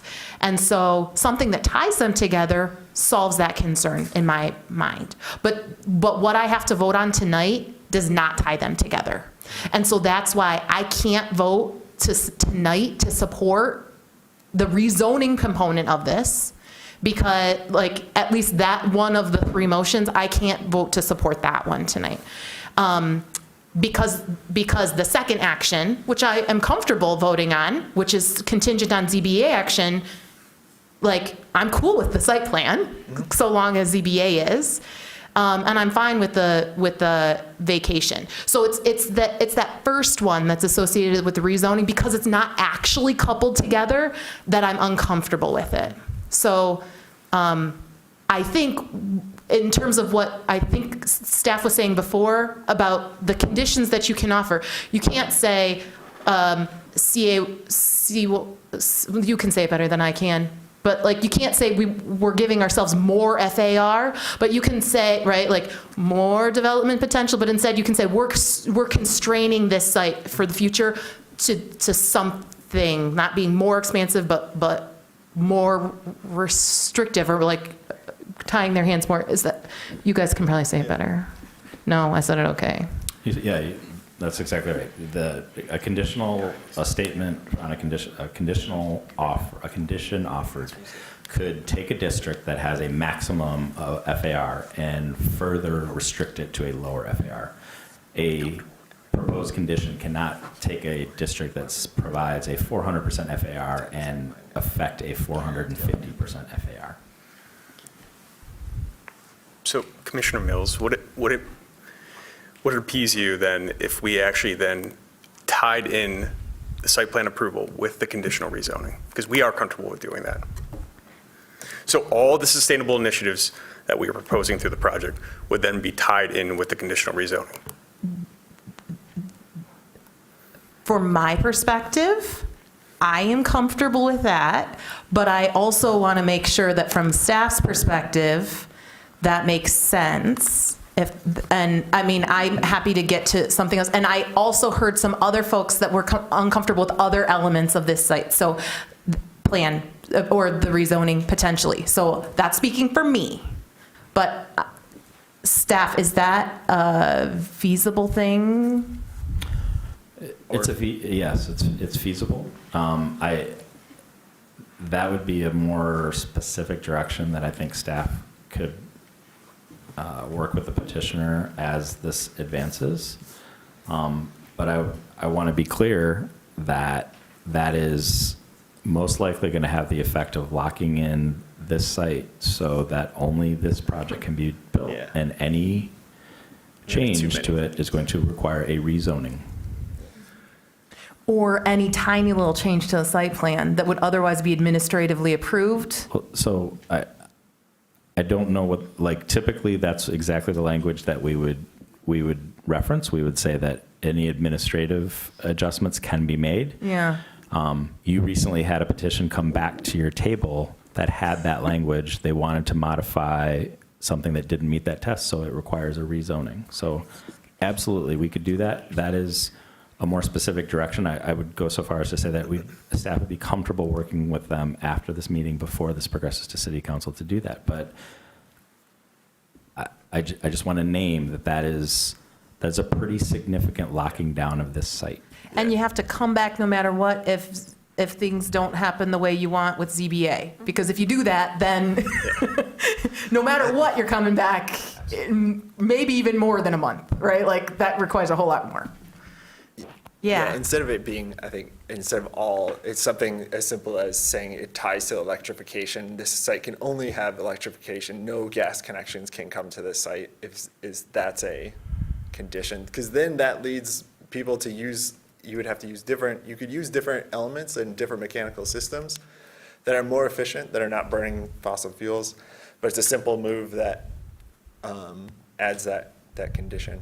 So it would limit, so you couldn't bring natural gas to the site. Go ahead. Oh, sorry. Commissioner Abrams. Because I'm thinking, this is my looking off to the side. Just as procedurally, if I understand correctly, you need 6 affirmative votes in order for this to move to city council. There are 7 of us sitting up here. This will move to You city can only council. afford 1 no vote. This is maybe totally inappropriate. I just feel like it's going to be hard to get there. And I think instead of having it voted down, a postponement is probably preferable. What happens if it goes up for a vote and it gets voted down? Then it goes on to city council with a recommendation of denial by the planning commission. Right, okay. But it still goes to the city council. But it doesn't does still stop go to here. city council in any case. I'm just looking at the numbers. Commissioner Lee, though, I am curious to hear what Commissioner Dish would say, how city council would view discussing or passing something that has been denied by planning commission. Can I have her? Okay, thanks. Yeah. We had this recently, and it was because of a recusal, right? Just very recently. We had not enough people here, and Commissioner Lee was recused, and so we had a technical denial that went forward. Right, there's no actual such animal as a technical denial, I but know. we use it to describe when all of the votes are positive, but it didn't meet the threshold. But it didn't for meet the actually threshold, pass. right. So it is recorded as a denial, but Yep. we feel, or a lot of people feel, that it's a different message when all of the people voted in favor of it, but it didn't pass, versus when there was the opportunity for unanimous positivity, but some people voted no. So it's just more of it's a vibe than an actual procedural aspect. Thank you for clarifying. Yeah. Commissioner Lee? Yeah, for what it's worth, let me just be perfectly clear. I would be against postponement, and I would vote in favor of this project. We are talking, the more I feel that we have given it due diligence. I think we have had very thoughtful discussions. I would love to see this project happen. The carrying costs are very difficult. The more I think about it, would I be comfortable with the city? Would it be in the best interest of the city to see greater intensity of use in this particular site? I think the answer is yes. Short-term rentals, again, complex question. We have long said, I think, we want affordability and sustainability. Those are two hallmarks of what we ask for. We have engaged citizens here, and I thank you all, by the way, for sitting here and listening to, again, us deliberate. And it's because we do care. We want to make sure that we're making the best decision possible in the best interest of the city. So I just, out of transparency and like Commissioner Weiss said, saying Midwestern nice no longer kind of thing, let me just be perfectly clear about the way I'm going to vote, which is I would be against postponement and I would be in favor of recommending this for approval. So let me just make that unequivocal. Oh, sorry, Commissioner Weiss. I just have a question for Mr. Leonard. So does a postponement require 6 affirmative votes or a majority of the members voting? A postponement would be the majority of members voting because it's not Okay, so it's just a forwarding simple, something to it's the a council. simple majority. So if 4 planning commissioners vote in favor of postponement, if you were whipping the votes, the postponement will happen, and then we will see them on the 21st of June. Is it 4 or 5? It's 4. Simple majority. Yeah. Commissioner Dish. I'm sorry to be talking so much. So I do agree that it is delightful to see sustainability and residential development. You brought up ADUs, Commissioner Lee, and we did have a discussion. A number of council members had a discussion. This body probably had a discussion because you guys discussed it when I wasn't yet here. And the market pushes for STRs because you can make a lot more money with them. And I completely understand the idea that some portion of this project might be used as STRs as it gets itself on its feet and those transition away. Completely understand that. But again, let's take the scenario where this project doesn't survive. And we do attach the sustainability, we do receive a sustainability offer from you, which is wonderful. But my understanding is that the funding is not fully secured for this project yet, and let's just say it doesn't happen, and so it moves on. And that means we have just approved something that could have 218 STRs in it forever, because that's what this zoning allows. And our decision on why we wouldn't allow it with the ADUs is because Council's policy intent in permitting ADUs was to create more opportunities for people to live in Ann Arbor, not to stay for a month or a weekend, but to live in Ann Arbor. And so I just want to be really clear that I don't see the C1AR zoning as preferable to what is there if it's not a sustainable project, and if I'm not opening the door wide for a whole huge building full of single-term rentals. And I'm not talking about you right now. I'm talking about another thing, and that is what we are doing. And so I have been reminded in the past that the reason why STRs aren't appropriate for ADUs is that it conflicts with council's policy goal. And I feel like I don't think that we're all thinking entirely clearly about our policy goal right now with respect to what residential means. So I am going to support postponement, and I'm sorry about the cost to you. I am sorry about that. But I would have to believe that the zoning would be better no matter what, and I can't say that.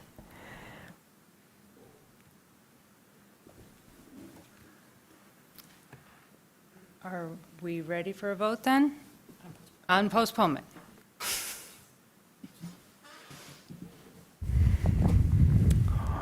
So the motion is still to postpone to June 21st. Commissioner Gibrandal? Yes.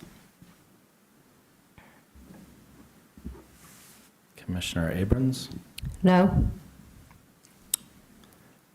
Commissioner Dish? Yes. Commissioner Lee, No. Commissioner Clark, Yes. Commissioner Mills, Yes. Commissioner Weich. No. 4 votes in the affirmative. The item is postponed to the June 21st meeting. Thank you. I think we all really want this to happen, people. So we're going to see how we can get there. Why don't we take a short break?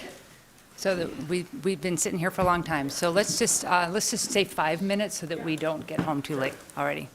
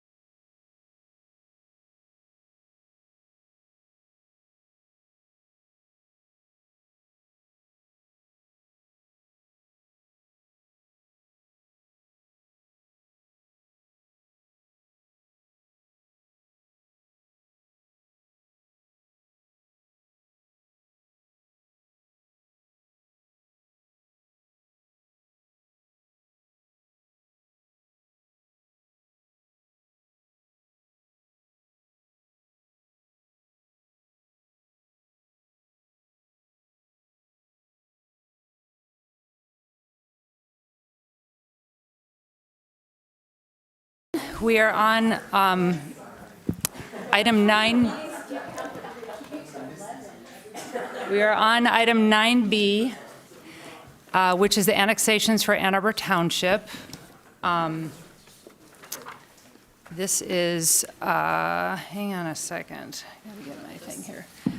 City of Ann Arbor petitioned State of Michigan to approve the annexation of a number of township islands parcels in Ann Arbor Township. The Director of the State of Michigan's Licensing and Regulatory Affairs, Lara, Department recently approved the annexation of the following 11 parcels: 2775 Newport Road, 2737 Newport Road, 2466 Newport Road, 2318 Newport Road, 2354 Newport Road, 2108 Newport Road, 1375 Bird Road, 1429 Bird Road, 2114 Victoria Circle, 2118 Victoria Circle, 2126 Victoria Circle.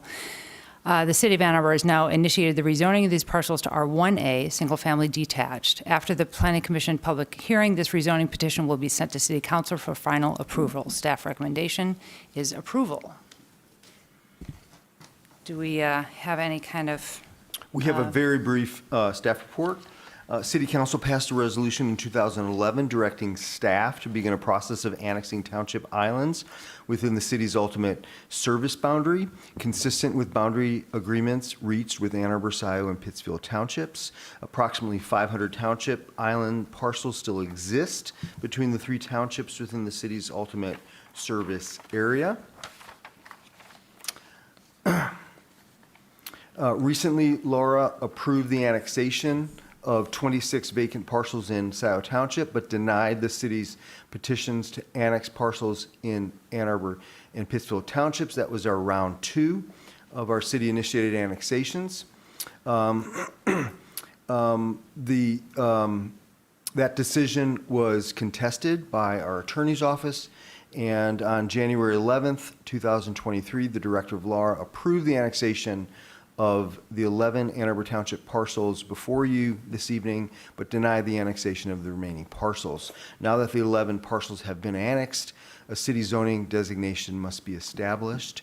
Staff recommends R1A for all of the parcels since they are surrounded by R1A zoning, and single-family zoning is consistent with the recommendations of the land use element of the comprehensive plan. Staff recommends that the petition be approved because the parcels are within the city's ultimate service boundary and are consistent with the uses and intent of the R1A zoning district, and the R1A zoning district is compatible with surrounding zoning districts. That's my staff report. Okay, we will move on to the public hearing. So this is an opportunity for people to speak up. It is getting late, people. Sorry. For persons to speak up to 3 minutes, we'll first call in folks here and then move remotely. For those listening remotely, press *9 on your phone or raise hand through the web link. For phone access, call 877-853-5247 and enter meeting ID 977-6634-1226. To unmute, press *6. City staff will select callers. I think you all know the rest of this, so let's see if anybody here would like to speak on this petition. If so, please state your name and address. Please come on up. Yes, my name's Robert Marins. I'm 2466, one of the 7 properties that is to be annexed into the city. I just found out about it within the past few weeks. I think it's effective as of the beginning of the year.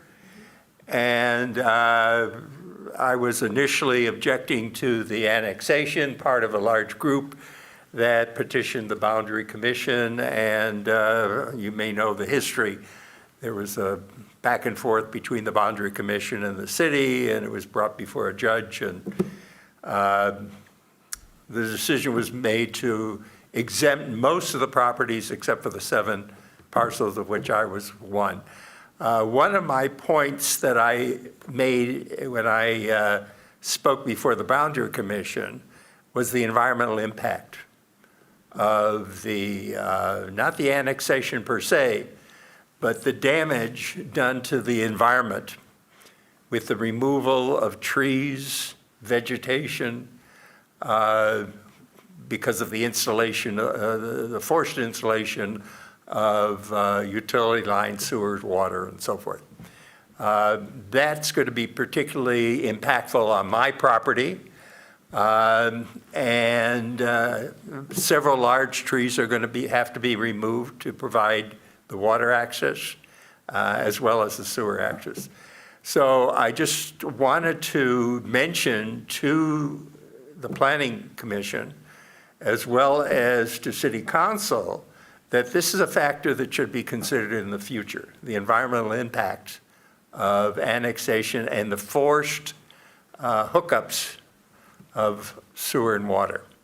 I think the number of trees that are going to have to be removed from my property and other properties needs to be considered when taking into account future annexations.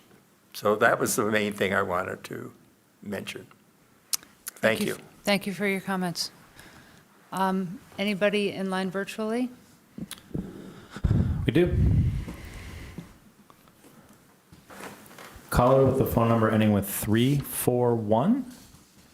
You can press *6 to unmute your phone and address the commission for 3 minutes.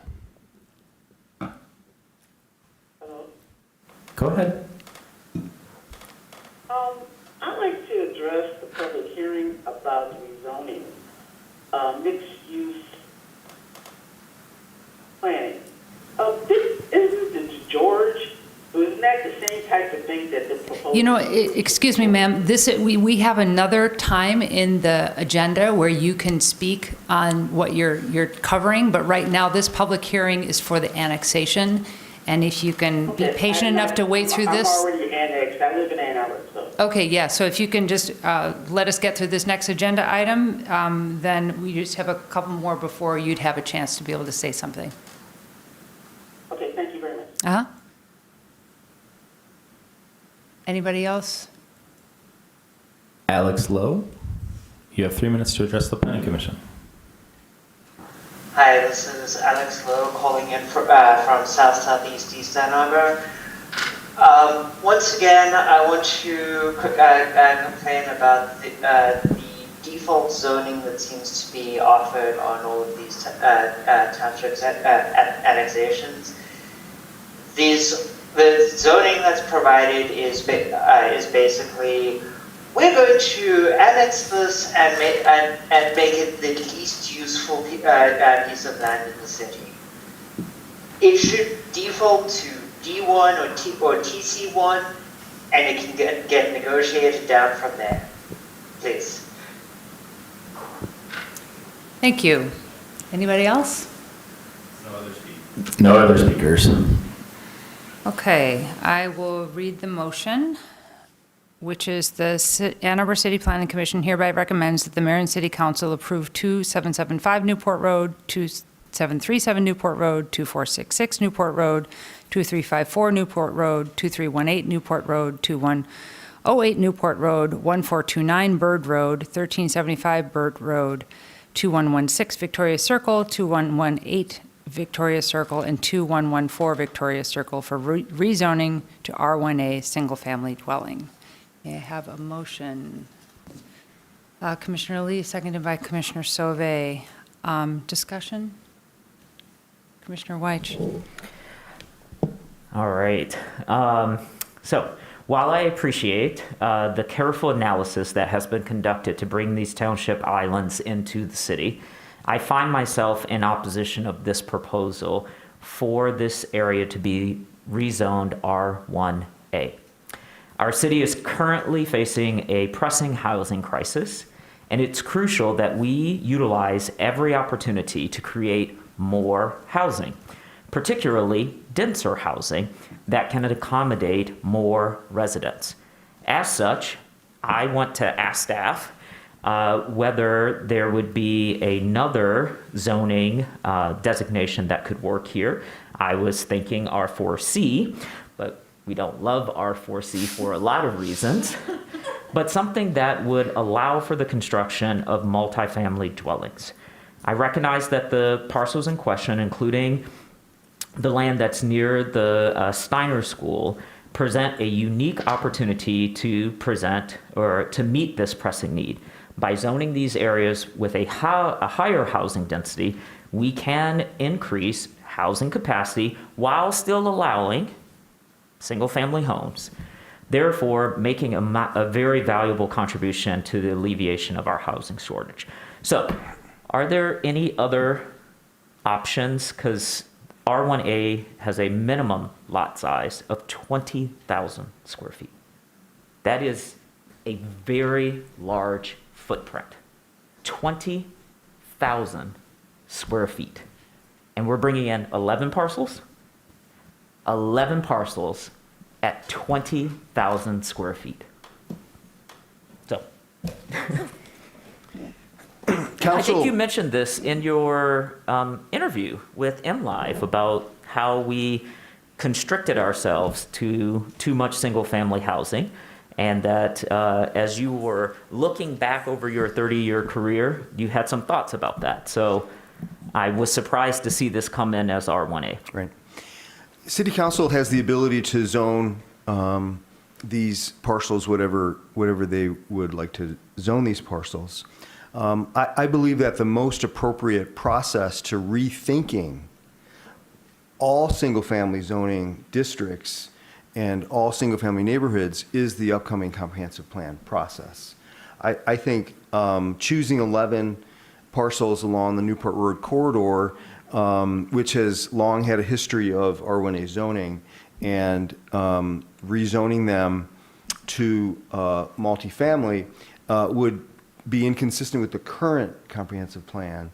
And so I believe that there is likely going to be discussions throughout the course of the upcoming comprehensive plan review that will include what to do with single-family zoning, including zoning that is R1A. I'm going to see if Mr. Leonard wants to add anything to that.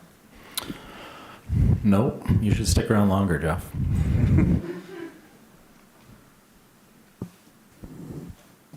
Are you, any other? I mean, we can't do a lot of politicking at the table, so I don't know if I make a motion, if I would find a second, and then a discussion about a better, so let me ask you this question. If you could make another recommendation, what recommendation would you make that would allow for multifamily dwelling?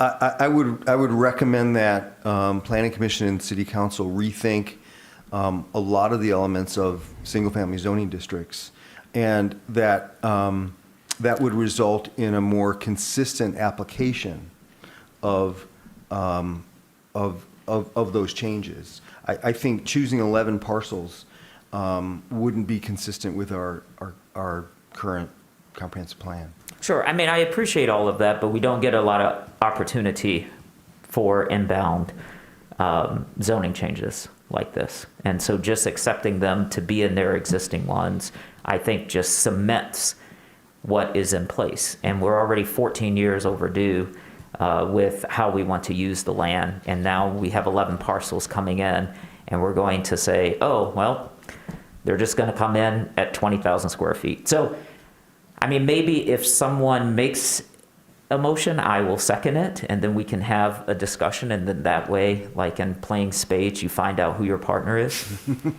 Yeah, I would, Commissioner White, I would add one thing is if that's something you were interested in exploring, particularly going to R4C, that would require different utility recommendations under the city's specifications. So I totally agree with Jeff's articulation. I think the comprehensive plan is the place to have that. I think that it would be, I just think it would be sort of arbitrary to pick these parcels in the context of a larger land use pattern. I think it would be more fruitful to have that conversation over a broader land use pattern. But if that were someone interested, of course, we are happy, just like the last petition, we're happy to do the work of the commission. Specifically with R4C, that would be one thing that I'd want to explore. This was reviewed by staff from an R1 perspective. I presume that that would be similar findings for R1A through most of our R districts. But once you go to R4C, we do require, for example, larger levels of water service. It might bring in fire suppression, it might be different fire hydrant requirements. So that might be a different sort of layer of the infrastructure in that neighborhood, and whether or not it could accommodate that zoning without some other more significant capital investments. But I'm speculating at that, so that would be something that I would sort of explore if the commission wanted us to do so. Commissioner Dish. Would there be a similar issue and similar objections to just an R1 designation with a smaller lot size, like R1B? You're welcome to recommend whatever you'd like to recommend, but we are recommending approval of the R1A for consistency. Commissioner Sauvé. I'll open up this conversation. A land use pattern actually adjacent to my home property is that I'm zoned R1, you actually know it, C. R1C. There's 4 parcels because we're on like a horseshoe that front Pauline, which are all zoned R2. So anything that fronts a major corridor is zoned R2, while any interior residential parcels are zoned R1. So similarly, we have several parcels here along Bird and Newport that would match a very similar pattern next to my adjacency that's actually R2 that allows duplexes rather than like an ADU relative to the scale and simultaneously reduces the minimum lot size. So there is a pattern within the city for R2 adjacent to R1 relative to the scale of the corridor, and that seems appropriate at the parcels on Newport and Bird. So I do kind of lift that maybe to the table as a pattern I've recognized for rezoning, that it wouldn't be out of character with how our land use patterns actually look. Commissioner White. Staff, what would be the impact to R2 instead of R1A? Would it have the same utility load? I don't know that answer. If that was the recommendation Planning Commission made, we would probably pause that recommendation before progressing to City Council, so that when it went to City Council, we could advise City Council whether or not that, from a staff perspective, we thought that the infrastructure was in place to support that or not. If that was a desire of Planning Commission, that's how I would look at it. I would presume that R2 is more similar to R1, but again, I don't want to speak for a lot of technical expertise across the organization that has vetted this from an R1 perspective. Yeah, so I think my concern is this is the time to do it. I mean, kicking things to the comp plan, we haven't even started that. That doesn't start till June. And then it's going to run for 18 months. And then there's going to be a set of recommendations that are going to go on for X many years. And who knows if we'll get back to this. And so I just think that this makes sense to zone it for something denser than a 20,000 square foot lot. So if I would try to make an amendment to this, what would staff prefer? Would you prefer that I make an amendment to have you go back and look at it at R2? Or would you prefer for me to make an amendment at the table for it to go from R1A to R2? It's really your discretion. I mean, we believe R1 is appropriate. If you disagree with that, I would suggest you just make the motion. We can augment the Planning Commission's statement on that to the City Council with any technical detail and present that to the City Council in totality. So I don't feel like you need to direct us to go back and do that. We can answer that if that's your desire.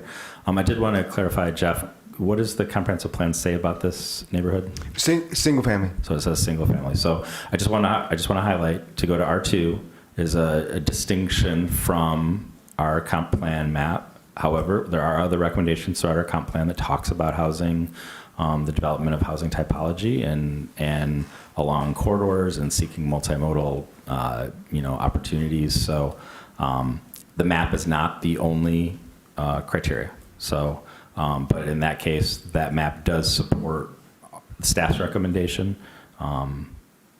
And just take that in your consideration. I mean, how that plan is, regardless of its age, has been affirmed as your comprehensive plan, and it is your policy document today.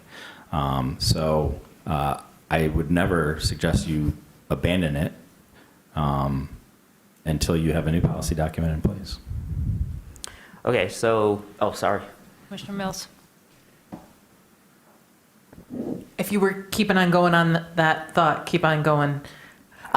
One of the things that strikes me in this conversation is, based on some of the comments that we heard, I mean, I don't know this is true of all of these township island or all of these annex parcels, but many of them are not currently served by the public utilities. And so I don't know what the distinction, like what the plan is there, but they don't have any line right now, right? So planning for expansion for different densities is different, right? Like extending utilities based on kind of what we're anticipating. And I'm just curious from a planning perspective, how the relationship between the utility, like how that conversation happens between, you know, what is envisioned for water and sewer going across these places, and how that intersects with zoning. What a question. And this is something that we're going to have to wrestle with. So right now, our Public Services Division is starting to do some analysis of some of our systems. I think the first one that they're doing is our sanitary sewer system. And one of the things that we're going to have to reconcile as a community is, do we want to constrain our land use decisions around the capacity that we have with our sanitary sewer system?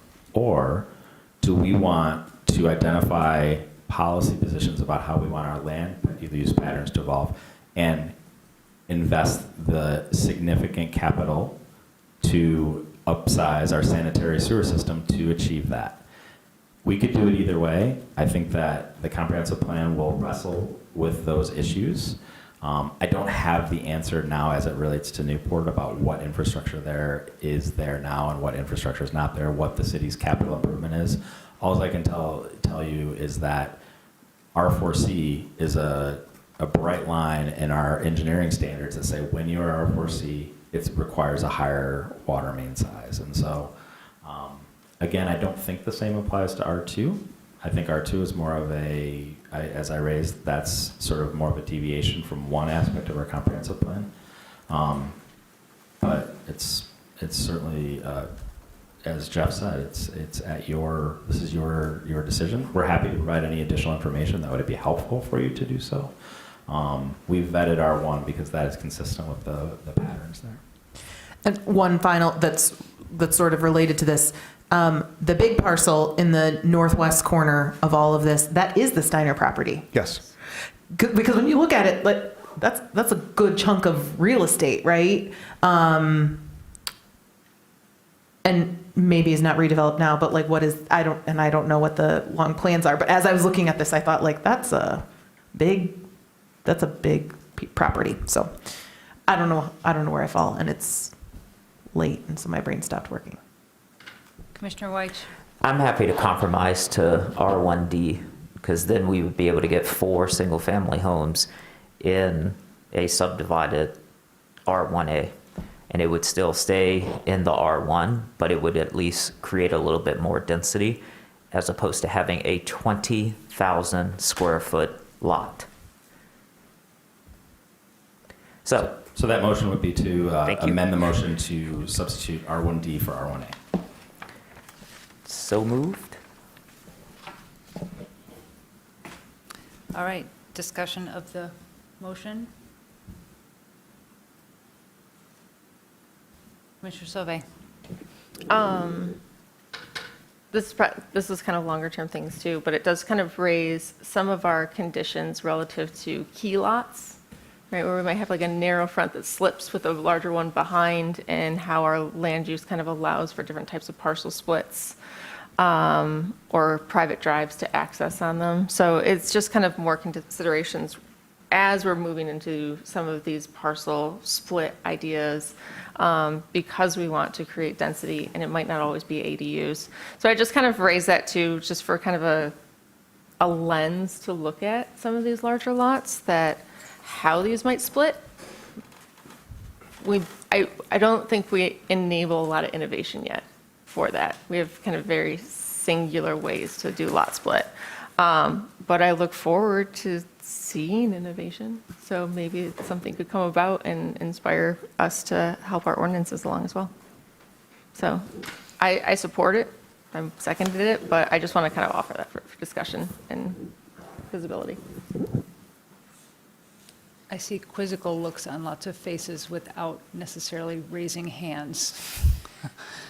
Anybody with a quizzical look want to say something? Yes, Commissioner Mills. I was just curious from staff's perspective, are there unintended consequences of such a move that I'm not thinking of, other than the possibility to develop more housing units on the same amount of land? Not that I can think of at this time. The uses are the same. I mean, we have the same uses, it's different setbacks. Yeah. Yeah. Okay. I would say that I think it's safe to say that staff looks forward to a community discussion about what to do with 22% of the city's land mass. It may be even more than that. I think the point that Commissioner White made was a good one. 20,000 square foot minimum lot sizes are awfully large. I do think that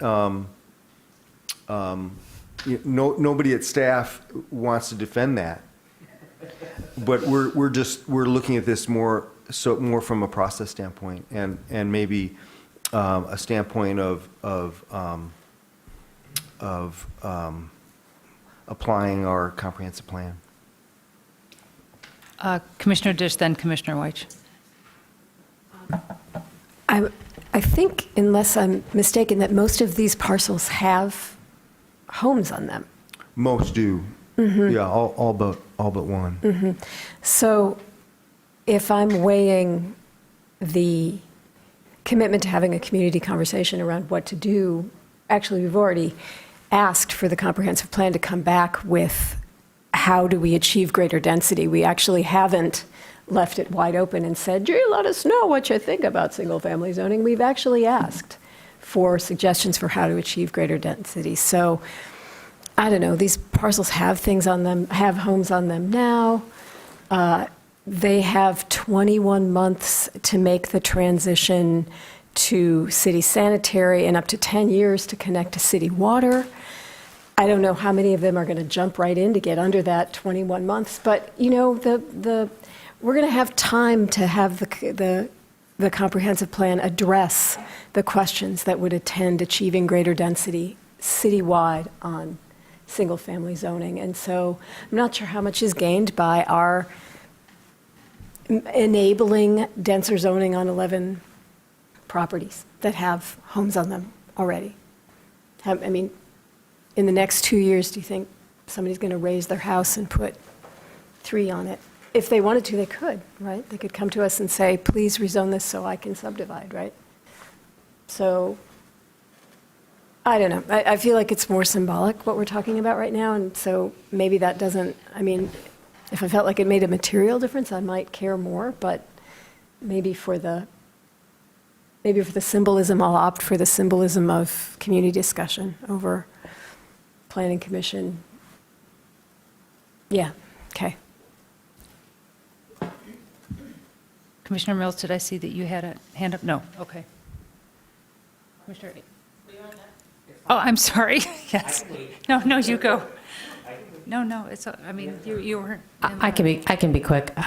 I don't think there's that much hanging on this decision, but I'll say that while there may not be that much gained, I think there's also maybe not that much lost. I can kind of see both sides. And I think just all of us up here understand intimately how long it takes. And so if we were, I would say that the city, if the city is poised to take on a transformation around R1 zoning, the day when that's actually going to get passed at city council is 3 to 6 years away. So, I think in that time, it's perfectly possible that somebody could divide and build twice as many or 3 times as many homes on some of these lots. So I also, it's only a few lots. So, but I think I would be in favor of a amendment to R2. Thanks. R2 or R1D? Sorry, R2, R1D, R1D, R1D. And not R4C, which is supposed to be in the middle of the town. I figured I'd start D1. So first of all, thank you, Mr. Khan, for saying that staff would not defend R1A. I really do appreciate that. I think that's a helpful signal, at least for me, to understand that you were just using a process approach, not a editorial approach for this, which means we have the opportunity to make this modest, symbolic change to not zone something at 20,000 square feet. It doesn't mean, like you have noted, there are already dwellings there. They will probably conform to the R1A because that's what you recommended. So they'll come in already big-footed. And now we can make an opportunity for there to be more density if someone wants to. And then I just wanted to share this, just 2 things from the resolve clause that City Council adopted when they initiated our city planning comprehensive plan review. It's the second resolve clause. In the context of a largely developed city, they are expecting the comprehensive plan to make recommendations of adding new homes and densification in single-family zoned areas and other areas and zoning districts. And so for me, this is just consistent with what City Council has already said, and we just do it at the table and send it along to them. They can always change it, as Mr. Khan said. They get to decide what the zoning is, but this says, let's at least put a little bit more on these lots. So thanks for your consideration. I have a process question with this one. Because it wasn't posted this way, and there's a bunch of people that live here, do we have any obligation with that? Or is it just like they have from now till City Council and that's their chance? I'm just curious how that works. I mean, it's still a rezoning their parcels. Anybody who's interested in this was made aware of it. It is possible that somebody was presuming it was going to be consistent with the surrounding area, but it will be renoticed with the City Council with the updated modifications. You can make adjustments just like the City Council can make adjustments. Okay, all right, thank you. Okay, are we ready then for a vote on the motion to? So the motion is to modify the recommendation from the Planning Commission to rezone the 11 parcels to R1D instead of R1A. Commissioner Gibrandal. Yes. Commissioner Sobey. Yes. Commissioner Abrams. Yes. Commissioner Dish. No. Commissioner Lee. No. Commissioner Clark. Yes. Commissioner Mills. Yes. Commissioner Weich. Yes. Motion carries. Now we move on to the actual vote, correct? That's correct. So now the motion is recommending a rezoning of the 11 annex parcels to R1D. Do I have to read them again? No. No, good. Yeah, right. Okay. Should we call the? Unless there's any further discussion. Yeah, sorry, any other discussion? It seems like we've discussed this, but yes, you're right, correct. Any other further discussion? No. Okay, All right, Commissioner Gibrandal. yes. Commissioner Sobey. Yes. Commissioner Abrams. Yes. Commissioner Dish. Yes. Commissioner Lee. Yes. Commissioner Clark. Yes. Commissioner Mills. Yes. Commissioner Weich. Yes. Motion carries. All right. We are on other business, of which we have none. We have one more opportunity for public comment, so whomever was on the line, this would probably be the time to speak on, I guess do I have to read this again? Just curious. So if there are, that is communicating to anybody who's watching you on YouTube or CTN, if they would like instruction on how to provide some public comment. So I would recommend yes. Okay. This is an opportunity for persons to speak up to 3 minutes about any issue that is on this, or any issue that is on the agenda. We'll first call in individuals who are present to address the commission, and then remote participants to speak during this public hearing remotely. Press star 9 if listening by phone, or the raise the hand feature if viewing through the web link. For phone access, call 877-853-5247 and enter meeting ID 977-6634-1226. To unmute, press star 6. City staff will select callers that have raised their hand using the last 3 digits of your phone number or by name, if available for those accessing through the web link. You'll hear an automated announcement that the host is allowing you to speak. Please move to a quiet area. For either method, please state your name and address at the beginning of your comments. Is there anybody present who would like to speak?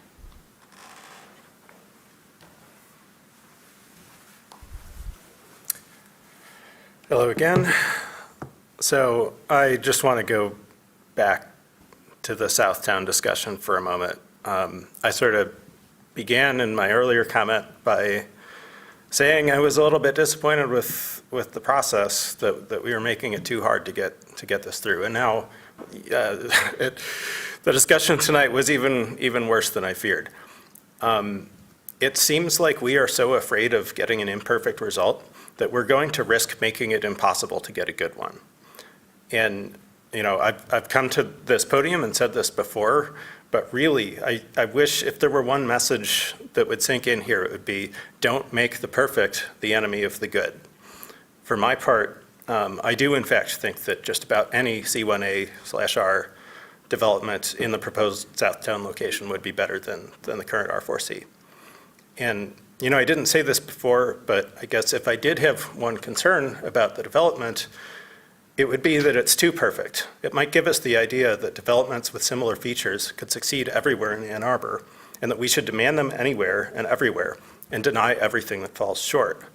I don't think that would be a good result, because, you know, we will learn many good things from this development, assuming it moves forward. We will have a better idea about feasibility, but it is one anecdote. In different sites, different conditions, different things might happen. So I really just think we need to be more permissive in our zoning and our deliberations to make it possible for developers to give us the things that we do want, instead of spending so much time on the things we don't want that we get nothing. Thank you. Thank you. Anybody else present that would like to speak? Anybody remotely? Yes. Caller with the phone number ending with 341, you can press star 6 to address the Planning Commission for 3 minutes.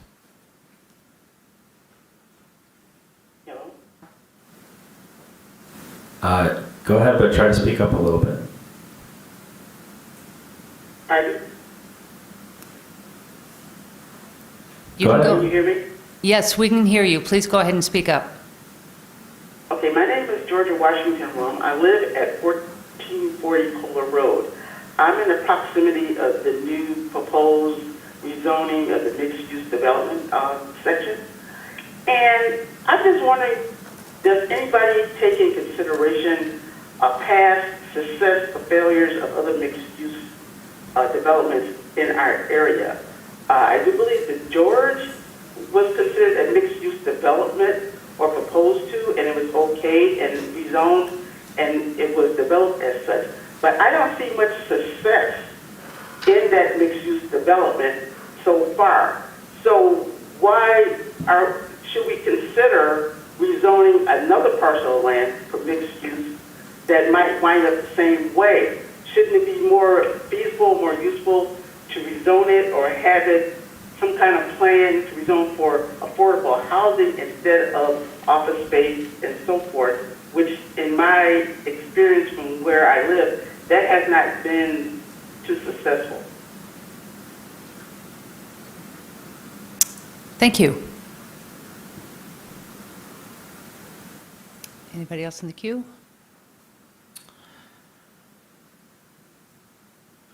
Scott Trudeau, you can unmute and address the Planning Commission for 3 minutes. Thank you. Good evening, Planning Commission. I'm Scott Trudeau, 526 North Main. I'd also like to address some of the concerns that were raised in discussion of the Southtown development this evening.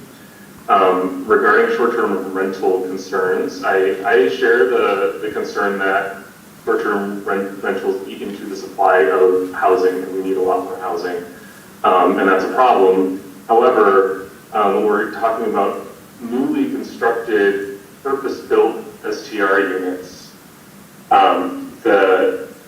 those units compete in the same way that new housing competes when we add new supply to the housing market, which makes less suitable properties that are currently converted as STRs more likely to convert back into housing. So even if we're getting a new STR, it doesn't mean we're not also getting more housing units freeing up somewhere else.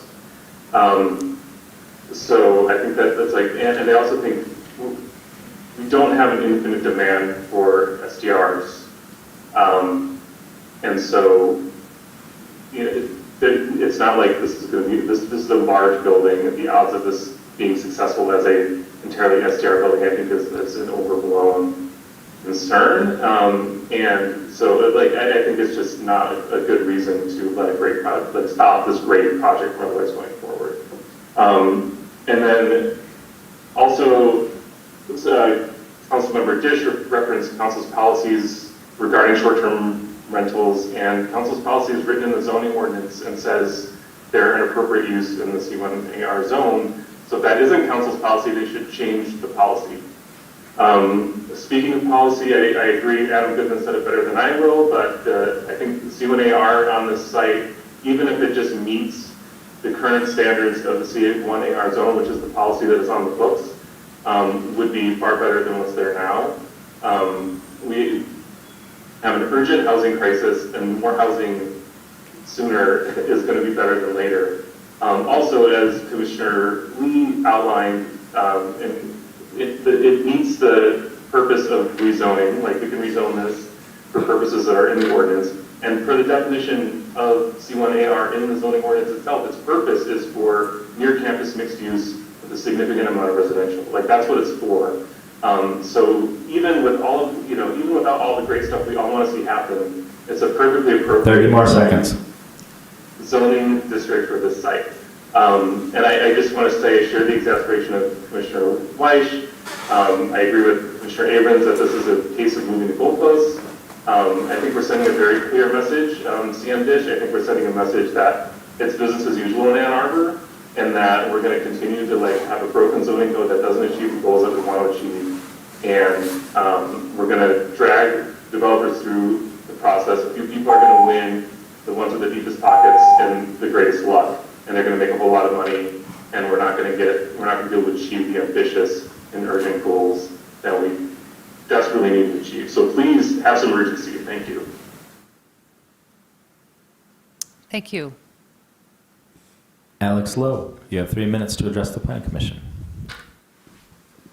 Hi, this is Alex Lowe calling in from Southeast Ann Arbor. This was a really frustrating meeting to watch. Really, really frustrating. We're talking about a block of housing that I pulled up ArcGIS and started looking at when these houses were built. 1920, 1920, 1901, 1954. These are buildings that are over 70 years old. They have terrible insulation. They have terrible energy utilization. We've been handed something amazing on a golden platter here, and now we're complaining because it's topped with the wrong kind of caviar. Like really,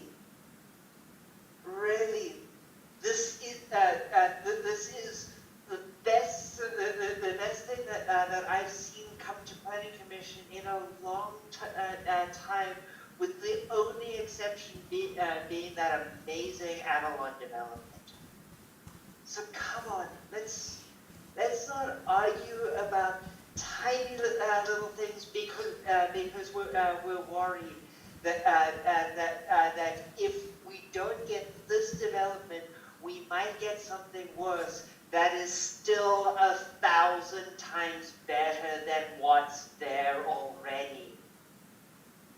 Don't compare to the perfect. Compare to what's there already. There is nothing that can be built in C1A/R that isn't a huge improvement on what exists on this block. Please, guys.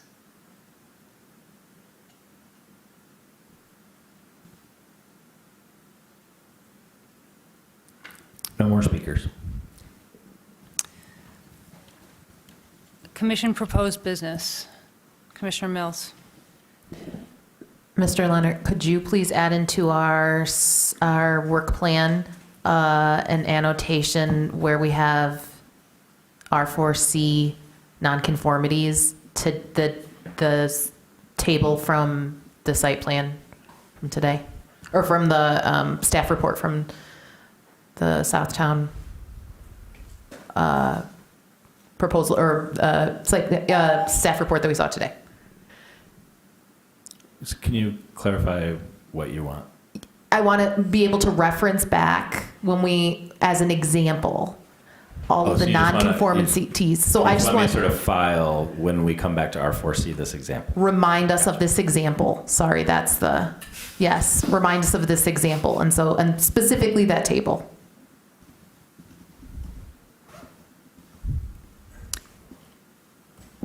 And this is not super high priority, but I feel like having short-term rental be available to that zoning designation in its entirety is something that I'm uncomfortable with. And this is kind of bringing it to light in a way that I wasn't aware of before. So I know we have about 85 things in our work plan. Well, but just as a reminder, one of the ways that we allocate short-term rentals is it's allowed in the same places that hotels are.